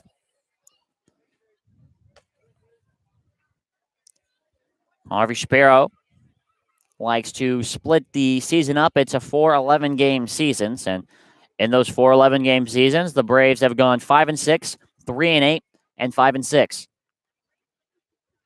If you combine that with their 2-0-1 mark here, as Beloso fouls another pitch off, that'll give you the 15-20-1 mark that they set for themselves. As there is a very high possibility, Sam, that the Braves could possibly match their record from last year, but this time make the playoffs. Yeah, record last year, they won 18 games, and that's kind of been the discussion between us, is if they're going to be able to reach that mark from last year, and it looks like it's going to be close. 2-2 pitch is in the dirt, and now we'll see what Harvey Shapiro decides to do on the base pass. Imagine with the runner on second, nobody will be moving, but stranger things have happened. Count 3 balls and 2 strikes with 1 out here in the bottom of the 6th to Cade Beloso. Owen comes set, hands just above the belt, kicks and fires the 3-2, and it's chopped foul just over the Chatham dugout. Well, Harvey Shapiro sent the runners in last night's game in a runners on first and second situation, and they double steal. So he's been getting more and more dicey on the base pass. We'll see. They didn't steal on that pitch. We'll see what happens here on another 3-2 to Beloso. Mackenzie doesn't have a huge lead, and we have time called. Mackenzie over on second base only has about a 2 to 3 step lead. He'll stay put. Here's the 3-2 delivery. Lined into right field for a base hit. O'Gwen back on it. Mackenzie is going to come around third to score. Rivoli advancing from first all the way to third. It's an RBI single for Cade Beloso. He's got both the RBIs in this game, and the Braves cut it to 4 runs now, 6-2 here in the bottom of the 6th. Oh, how about that for Cade Beloso? He grabs his second RBI of the game, bringing home Jake Mackenzie. Still a 6-2 game, but that's how you claw back into this one, is those RBI singles, and Beloso put that ball right where he needed it to for the second run of the game. Still only 1 out. Here's Kyler Fedko now. How nice would it be for him if he's able to get the bat going here? Runners on first and third, only 1 out in the bottom of the 6th. The Braves trying to come back. First pitch to Fedko, just misses the zone outside. He's got the lead 1-0.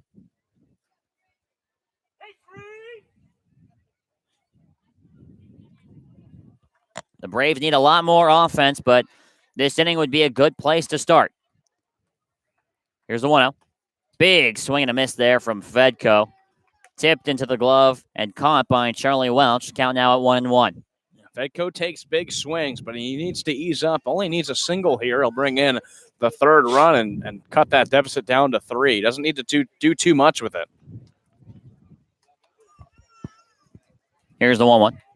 It's in the dirt, and Welch does a nice job of keeping the ball in front. Doesn't let Rivoli come in to score. 2-1 now to Fedko. Doesn't look like any arms warming up in the Chatham bullpen. I don't believe anybody is in the bullpen right now. They're all throwing a frisbee or something around in the outfield. 2-1 fouled off into the screen at 2-2. Oh, the life of a bullpen pitcher, especially in summer ball. Yeah, I do not believe there are any Chatham anglers in their actual bullpen. There might be one, but nobody's warming up is the important thing. 2 balls and 2 strikes to count to Kyler Fedko. He's 0 for 2. Ground out and a fly out. The Braves need him here, and he swings and misses at the 2-2 pitch. He goes down on strikes for the first time tonight, and the Braves now with 2 outs here in the bottom of the 6th. Well, Fedko goes down swinging. He was looking to put that ball deep, and he took a big swing on a 2-2 pitch and just missed it for the second out of the inning, and now it's up to Kyle Hess. It was 0 for 1, reached base on a walk, but he's looking to try and get Rivoli home. First pitch to Hess is in the dirt. Nice job by Welch. Keeps it in front. Not only does he keep Rivoli at third base, he keeps Beloso at first. 1-0 the count to Hess. Well, Hess has a home run on the year. He hit a 2-run bomb in the game against Harwich back on the 14th. He takes the 1-0 pitch for a strike on the outer half. And that would be a nice thing to have right now. A home run here would bring the Braves to within 1 run. Especially we saw Cade Beloso just miss out on a home run as we have.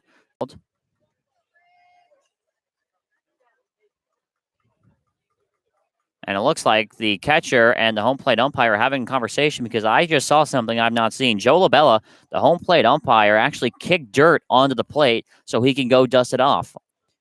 And you can see they are talking right there. You'd have to imagine that he did that on purpose just to have a conversation with the catcher Welch. That's interesting. I'm wondering the same thing, but good observation. They were obviously having a little bit of dialogue. Here's the 1-1. Breaking ball that misses outside. The runner on third is Rivoli and Beloso over on first base. The Braves have 6 hits so far in today's game, only have been able to get 2 runs, and they're both because of Cade Beloso. Here's the 2-1. Fastball right down the middle. You'd imagine Hess probably expecting something else there. Got the fastball. Now has to battle here with Deuces Wild. 2 balls, 2 strikes, 2 outs, 2 runners on. The Braves to right now have scored 2 runs. Here's the 2-2 from Owen. Hess fights it off. He fouls it down the third base line out of play.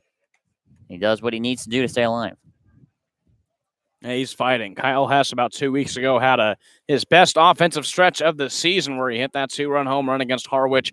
Had a few more RBI hits after that, but since then he hasn't really caught the same fire that he had.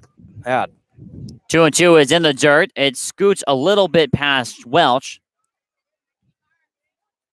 However, both the runners staying put. Beloso thought about going. No need to risk it because now the count sits at 3 balls and 2 strikes here with 2 outs. Beloso will be running on the pitch. He needs to be careful not to get picked off. As the first baseman, Wallace, actually backs off. He'll have free rein here. Here's the payoff pitch from Owen. Hess swings and misses, and that will retire the side here in the 6th inning. The Braves score 1 run, but you imagine and you feel like they left some on the table there. They strand 2 runners, one of them at third base. We head now to the final third of the game. We head to the 7th inning. The score is 6-2, and Kerry Wright coming into the ball game. We'll be back on the Bourne Braves YouTube channel.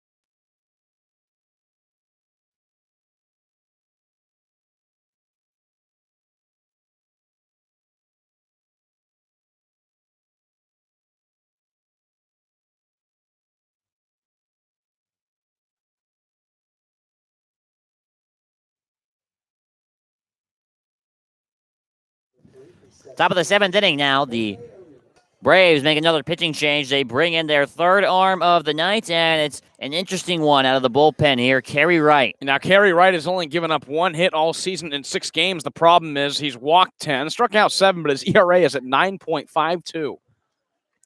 He faces the 4, 5, 6 spots here for the Anglers. Jorge Arenas leading things off as he looks at a first pitch that misses the zone. It's almost befuddling to have an ERA at near 10 when you've only given up 1 hit. Kerry obviously just still developing as the 1-0 misses the zone outside for 2-0. And Kerry Wright, his last appearance was just what is embodies his whole season. He went 1/3 of an inning, allowed 2 runs, walked 2, and only faced 4 batters.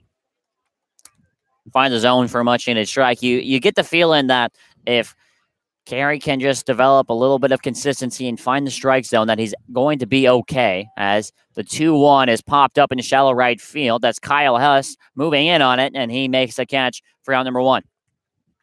Yeah, struggled his first year at Louisville. He's just a rising sophomore. His freshman season, he had a 10.61 ERA and 9 1/3 innings pitched 10 times, started 1 game. And he's definitely still early in his development. He's going into his sophomore season. Struggles on the Cape so far. But you're right, his location is really the big question mark. Not too long ago, he loaded up the bases on 3 straight walks and then struck out the final 3 batters. Here's Paxton Wallace as he swings and misses at the first pitch. And that's that. We can categorize that into the file of things I'd never seen before. Yeah. And there's been a lot of things we haven't seen before, but that was certainly interesting. Here's the 0-1. And it's in the zone for strike 2. And Kerry Wright with an 0-2 lead here against Paxton Wallace, who is 0 for 3, or 0 for 2 rather. He walked his first time, came around to score, and then struck out and flew out his next 2 times. Here's the 0-2. He chomps one foul down the right field line just past Cade Beloso, and he'll stay alive here at 0-2.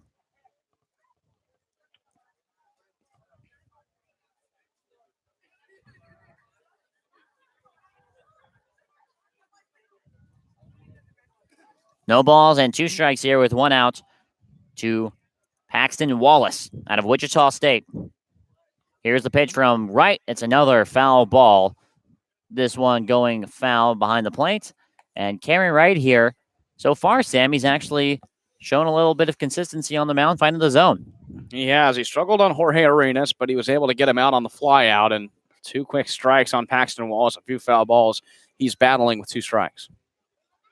0-2 pitch swung on and missed. Ravoli catches it in the air. That's the 11th strikeout of the game by Braves pitchers, and Kerry Wright is working a clean 7th inning so far. Yeah, 0-2 pitch. Kerry Wright gave that pitch plenty of spin, and it was a swinging strike 3 on Paxton Wallace for the 2nd out of the inning.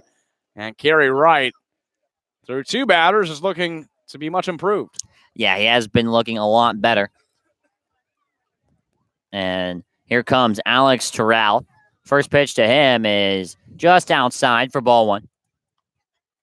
What would you say the spin rate was on that pitch, if he had to guess? You're going to ask me that? If I had the access to TrackMan, I could tell you, but I don't. Probably just go ask our scout liaison, Joaquin Murrieta, as the 1-0 pitch popped way up, a moon ball into center field. Kyler Fedko's under it, and he makes the catch for out number 3. Kerry Wright comes in, and he works a very clean 1-2-3 7th inning stretch time here from Dorn Park, and the Braves still looking to claw into this one. It's 6-2 as we head to the bottom of the 7th. We'll be back on the Bourne Braves YouTube channel.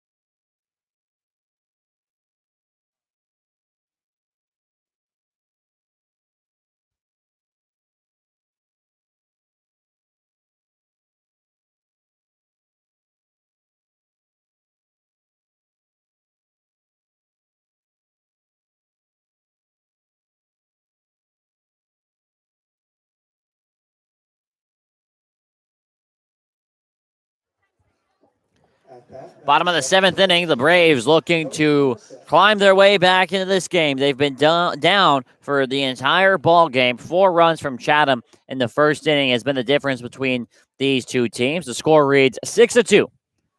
The Braves hit their top of the order here. Cody Morissette comes in and looks at a first pitch that misses high from Jack Owen.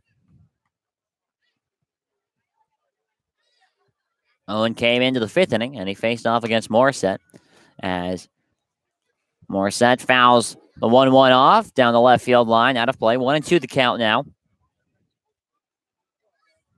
Cody went down looking in that 5th inning at bat, and he fights another pitch off here. Count at 1-2 now. He's been late on both pitches that he's fouled off, and he's been late on a lot tonight. He has 2 groundouts to short and a strikeout looking. So Morissette looking to get into the hit column. The Braves have 6 hits, just 2 runs to show for it. They've left 7 on base. Here's the 1-2 to Morissette. Breaking ball that misses the zone outside. Evens the count at 2-2.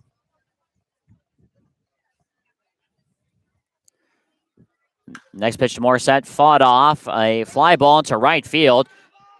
Jamal O'Gwyn moving back. The ball carried a lot further than I thought it would. It takes O'Gwyn to the warning track, but he tracks it down and makes the catch. Yeah, no real wind in the area. That was just the pop off of Cody Morissette's bat, and Jamal O'Gwyn was chasing that one down to before the track to make the out. It's allowed out number 1, but Morissette falls to 0 for 4. Here's Xavier Warren now.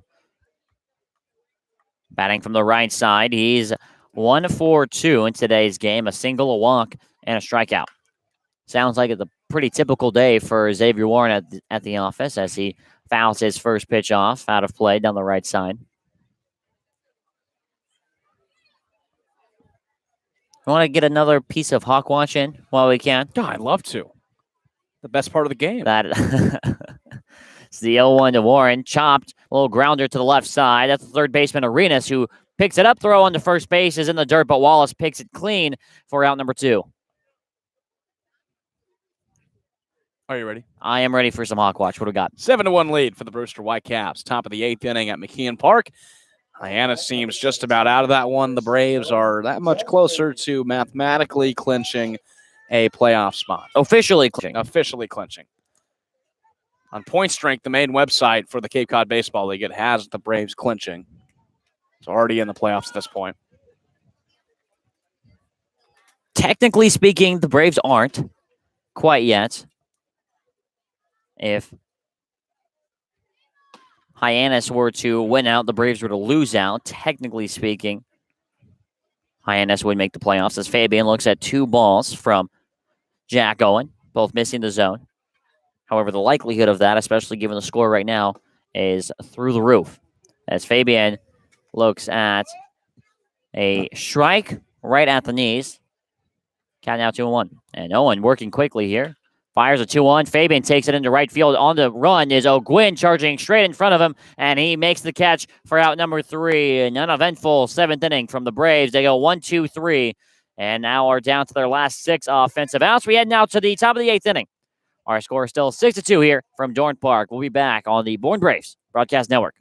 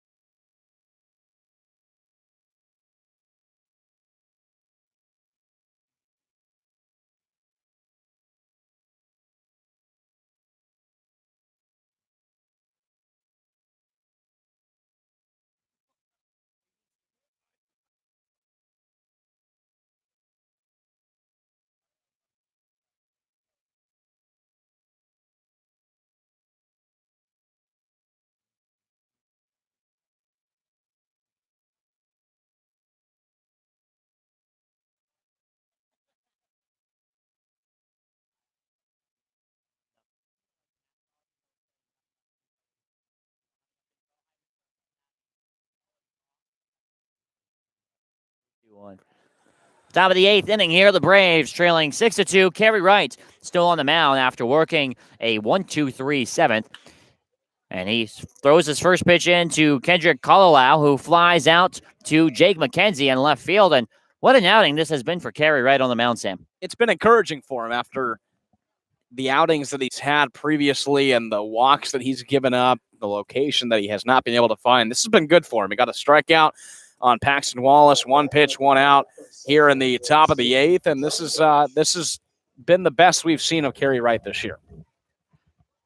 And you never really know what to expect out of Kerry Wright. As the first pitch to Charlie Welch, the catcher, misses the zone outside for ball 1. We're seeing a few different things here this Cape season. We were talking about them earlier. Let's try and think of the most unique things that we've seen this season. The 1-0 to Welch is just low. Called the ball, 2-0. We saw Joe Labella kick the dirt onto the plate before wiping it off. Yep. That was new. That's not something I've seen before. We saw an immaculate inning in this game as the 2-0 rocketed into left field. Neither Warren or Glowanki really had a chance to move toward it. They both looked at it, knew where it was going, and watched it go into left field for a 1-out single for the catcher Welch. Yeah, that was hard hit off of Welch's bat. Glowanki Warren didn't have a shot at it, so it's a nice, easy 1-out single. I can tell you one thing I haven't seen before. What's that? Let's go back to McKeon Park. Yeah. At Hyannis. Yeah.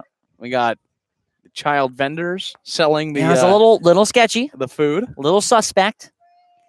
What'd you mention that you thought it was against child labor? Well, laws? I mean, I'm pretty sure those children were about under 10 years old, and they were shilling out peanuts and popcorn. Yeah.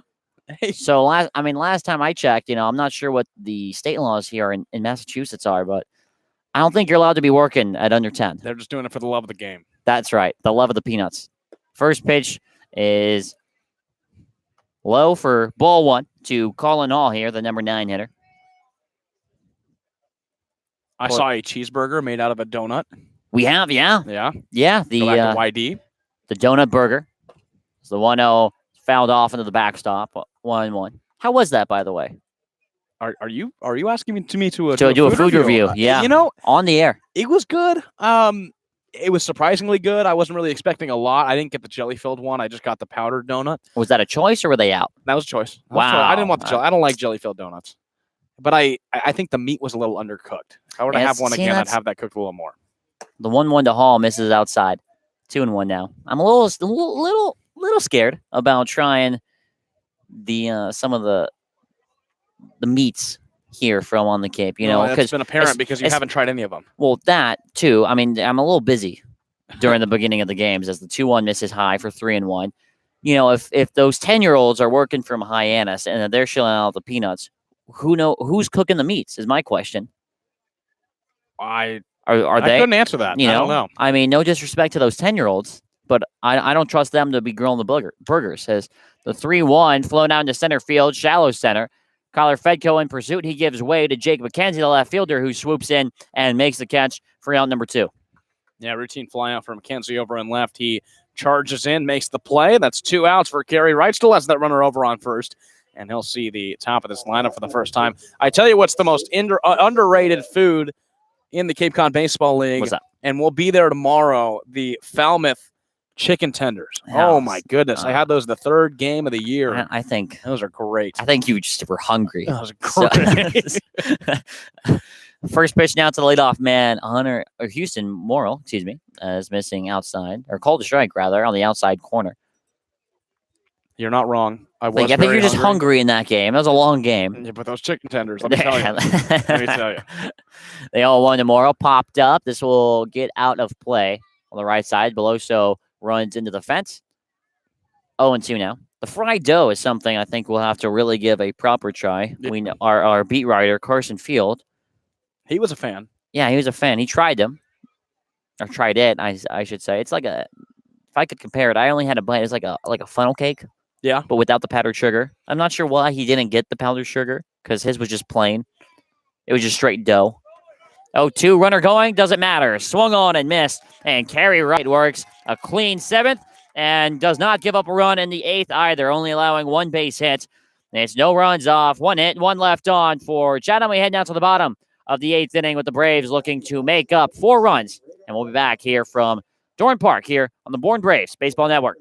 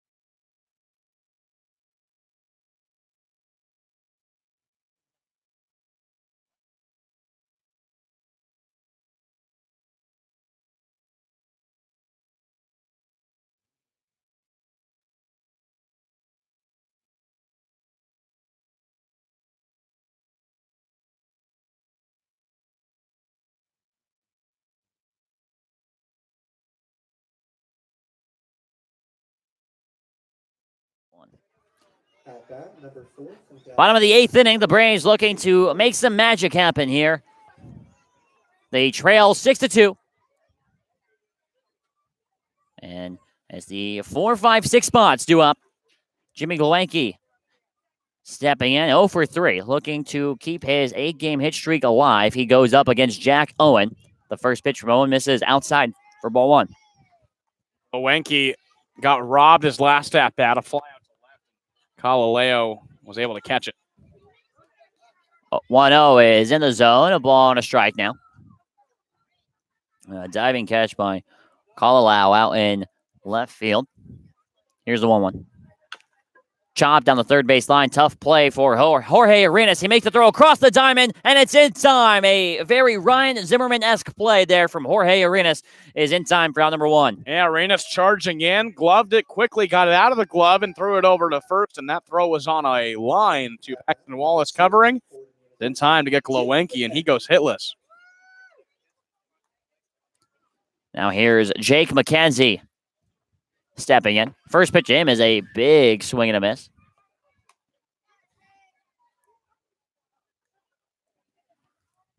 Chatham making a defensive change. Keaton Rice now catching. He replaces Charlie Welch as the 0-1 is in the zone for strike 2.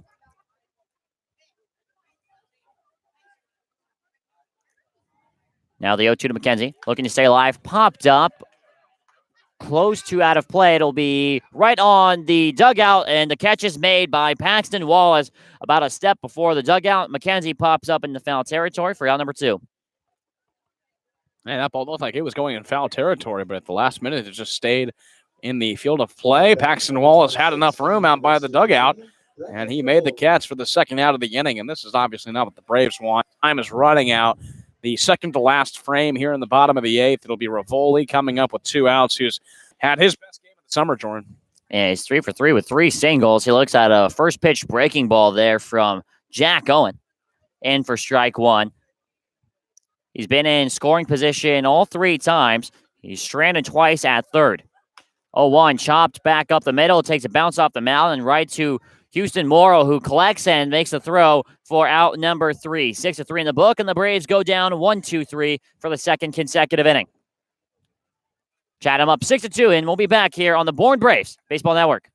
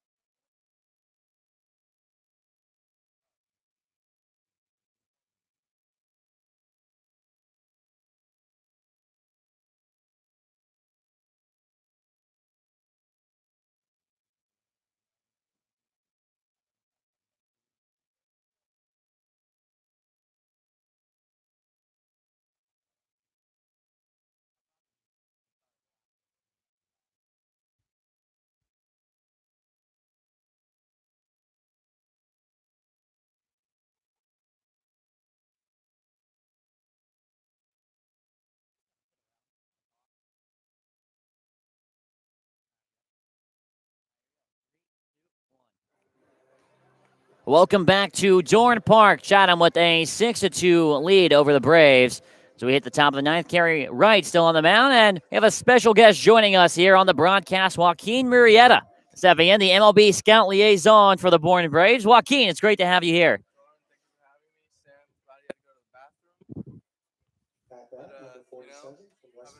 I haven't been up here since senior year of high school, and it's good to be up here. Yeah, it's great to have you here as Kerry Wright has worked a pretty clean 7th and 8th inning. He goes up against a 2-3-4 spot. So walk me through this, the scout liaison position. What does that necessarily entail?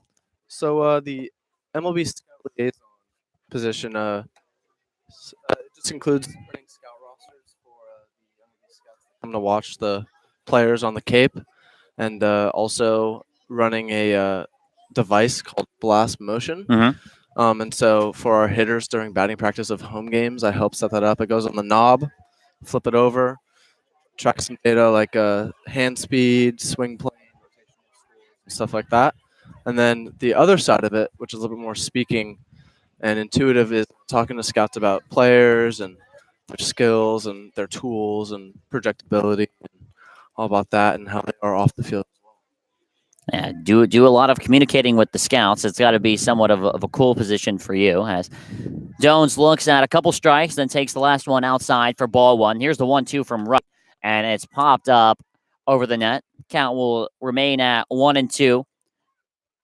What is it like for you? Because you still play, you're a catcher over at Kenyon College. What is it like for you to kind of get this experience, not necessarily on the field, but kind of the behind the scenes role, talking to scouts, kind of chatting with everybody like that? Yeah, it's totally different for me. I'm not used to. A pitch from Wright, lined into center field. It bounces before Kyler Fedko. It's in there for a base hit. That is only the third hit that Kerry Wright has given up, the second tonight. And Jones is on for a leadoff single. Go on, Joaquin, you were saying? Yeah, so I mean, I'm just not used to being on this side of the stands or between the net right here, and it's really fun. I've learned a lot, been around a lot of smart people. Got my feet wet, and a field that I maybe want to try and get into after school.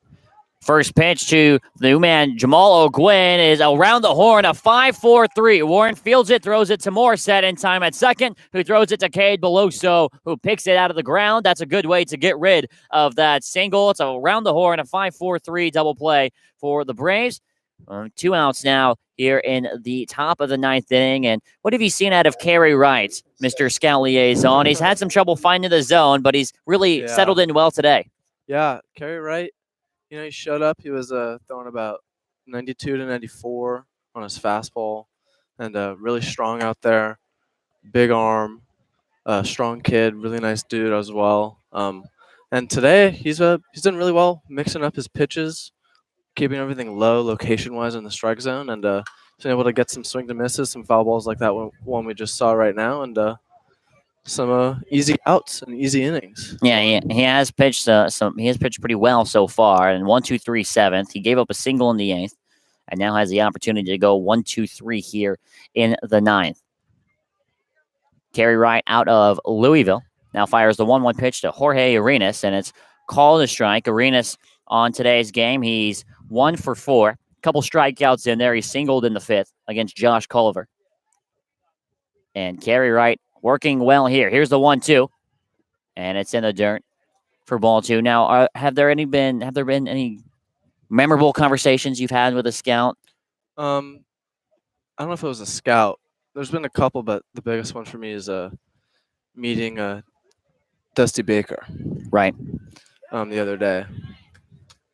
2-2 pitch in the dirt, but Arenas goes around swinging, and Rivoli applies the tag, and it's a unique 1-2-3 inning for Kerry Wright. He gives up the single. The Braves turn a double play, and he gets the next man to strike out. Well, Joaquin, I hate to cut you off short, but it was a pleasure having you up here, and it was good to talk to you. We should do it again sometime. The Braves have to make up 4 runs as we head into the bottom of the 9th inning, 6-2, and the offense will try and make it happen. We come back here on the Braves Broadcast Network.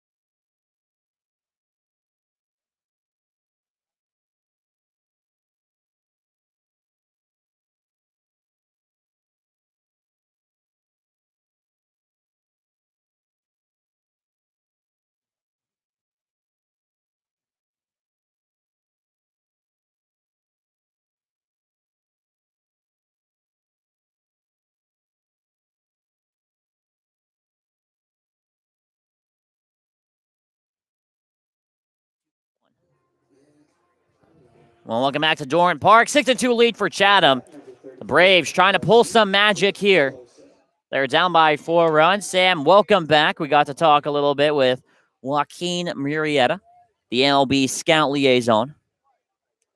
An interesting guy, that Joaquin, as Beloso looks at a first pitch strike.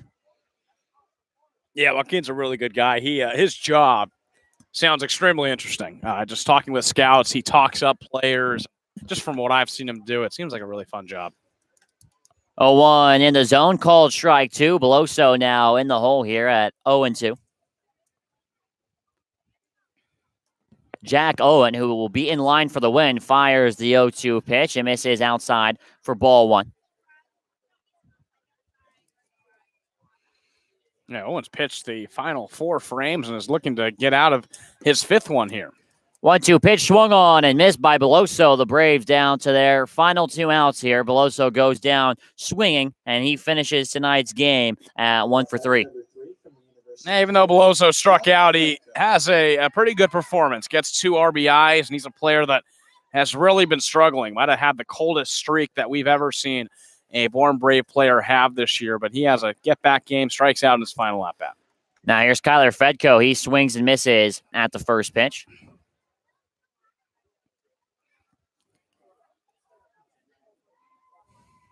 0-1 to Fedko, misses the zone outside. You know, I did Joaquin's job one time. You did. Tell me about that. Let's get to it. Earlier this week, Joaquin was out sick, so a scout came and asked me to talk up some players, and I did. The 1-1 is outside, 2-1 now. Who'd you talk about? Walk me through that scenario. Talked about Fabian. Talked about Rakowski, Dumkowski, because that was close to when he came off the perfect game. 2-1 pitch, fouled off. Count now at 2-2. Did you mention by chance Braxton Roxby? I mentioned Braxton Roxby. He was coming off his Orleans game where he pitched 1 inning, but he struck out the side. Did you mention, as Fedko loses his helmet, fouls off the pitch back into the screen, did you mention that Roxby popped 96 at Eldridge Park in his first game? Did you mention that? I forgot that because I was so amped up in the fact that I was having a conversation with a scout about prospects, and it was a cool job that I just, that one just went over my head. The most important part. It's fine. It's fine. He'll get. He popped 94 in that game. Here's a 2-2 pitch flown out into left field. That's Kalalau over there. He makes the catch, ranging over toward the track, and now the Braves are down to their final out. Yeah, Fedko getting under that one. He falls to 0 for 4, and you'll have a pinch hitter in Nick Bruiser for Kyle Hess as the Braves' last chance, but looks like Chatham is going to even the season series. And it looks like they'll most likely shorten that magic number to 2. They're winners of 3 straight, looking for their 4th tonight. Bruiser pops this one up, foul.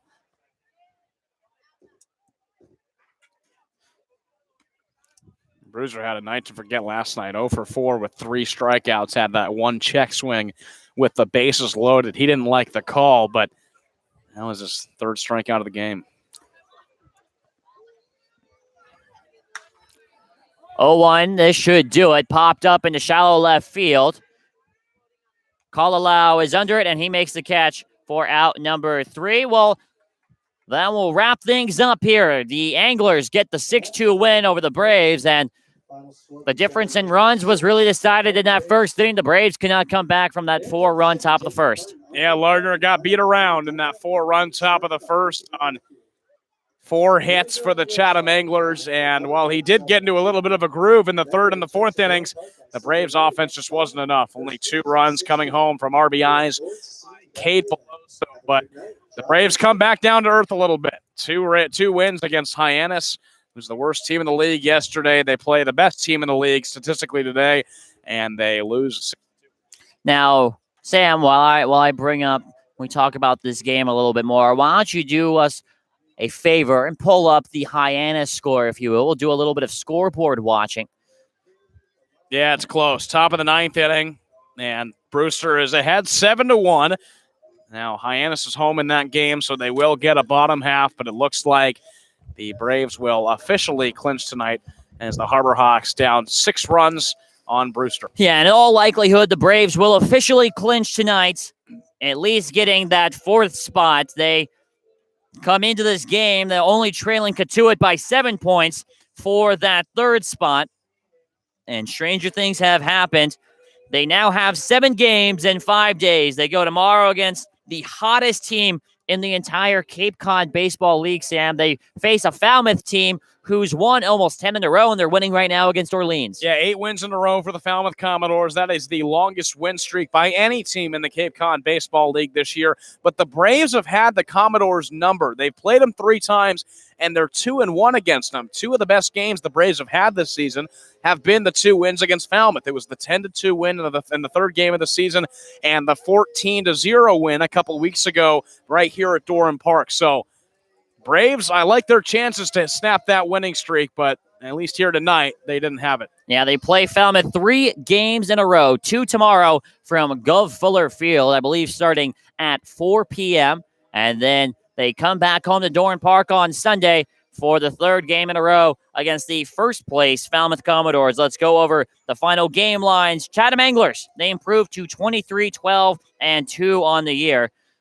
with 6 runs, 11 hits, no errors, and 7 left on base. For the Braves, they fall to 15-21-1, scoring 2 runs off 6 hits, 2 errors in tonight's game, along with 6 left on bases, where Jack Owen will be credited with the win today. He throws 5 innings, only giving up 3 hits, 1 earned run, striking out 5. And Matt Lardner, because of that first inning, will be credited with the loss. He falls to 2-2 on the season, despite that immaculate inning, and striking out a season-high 9 batters.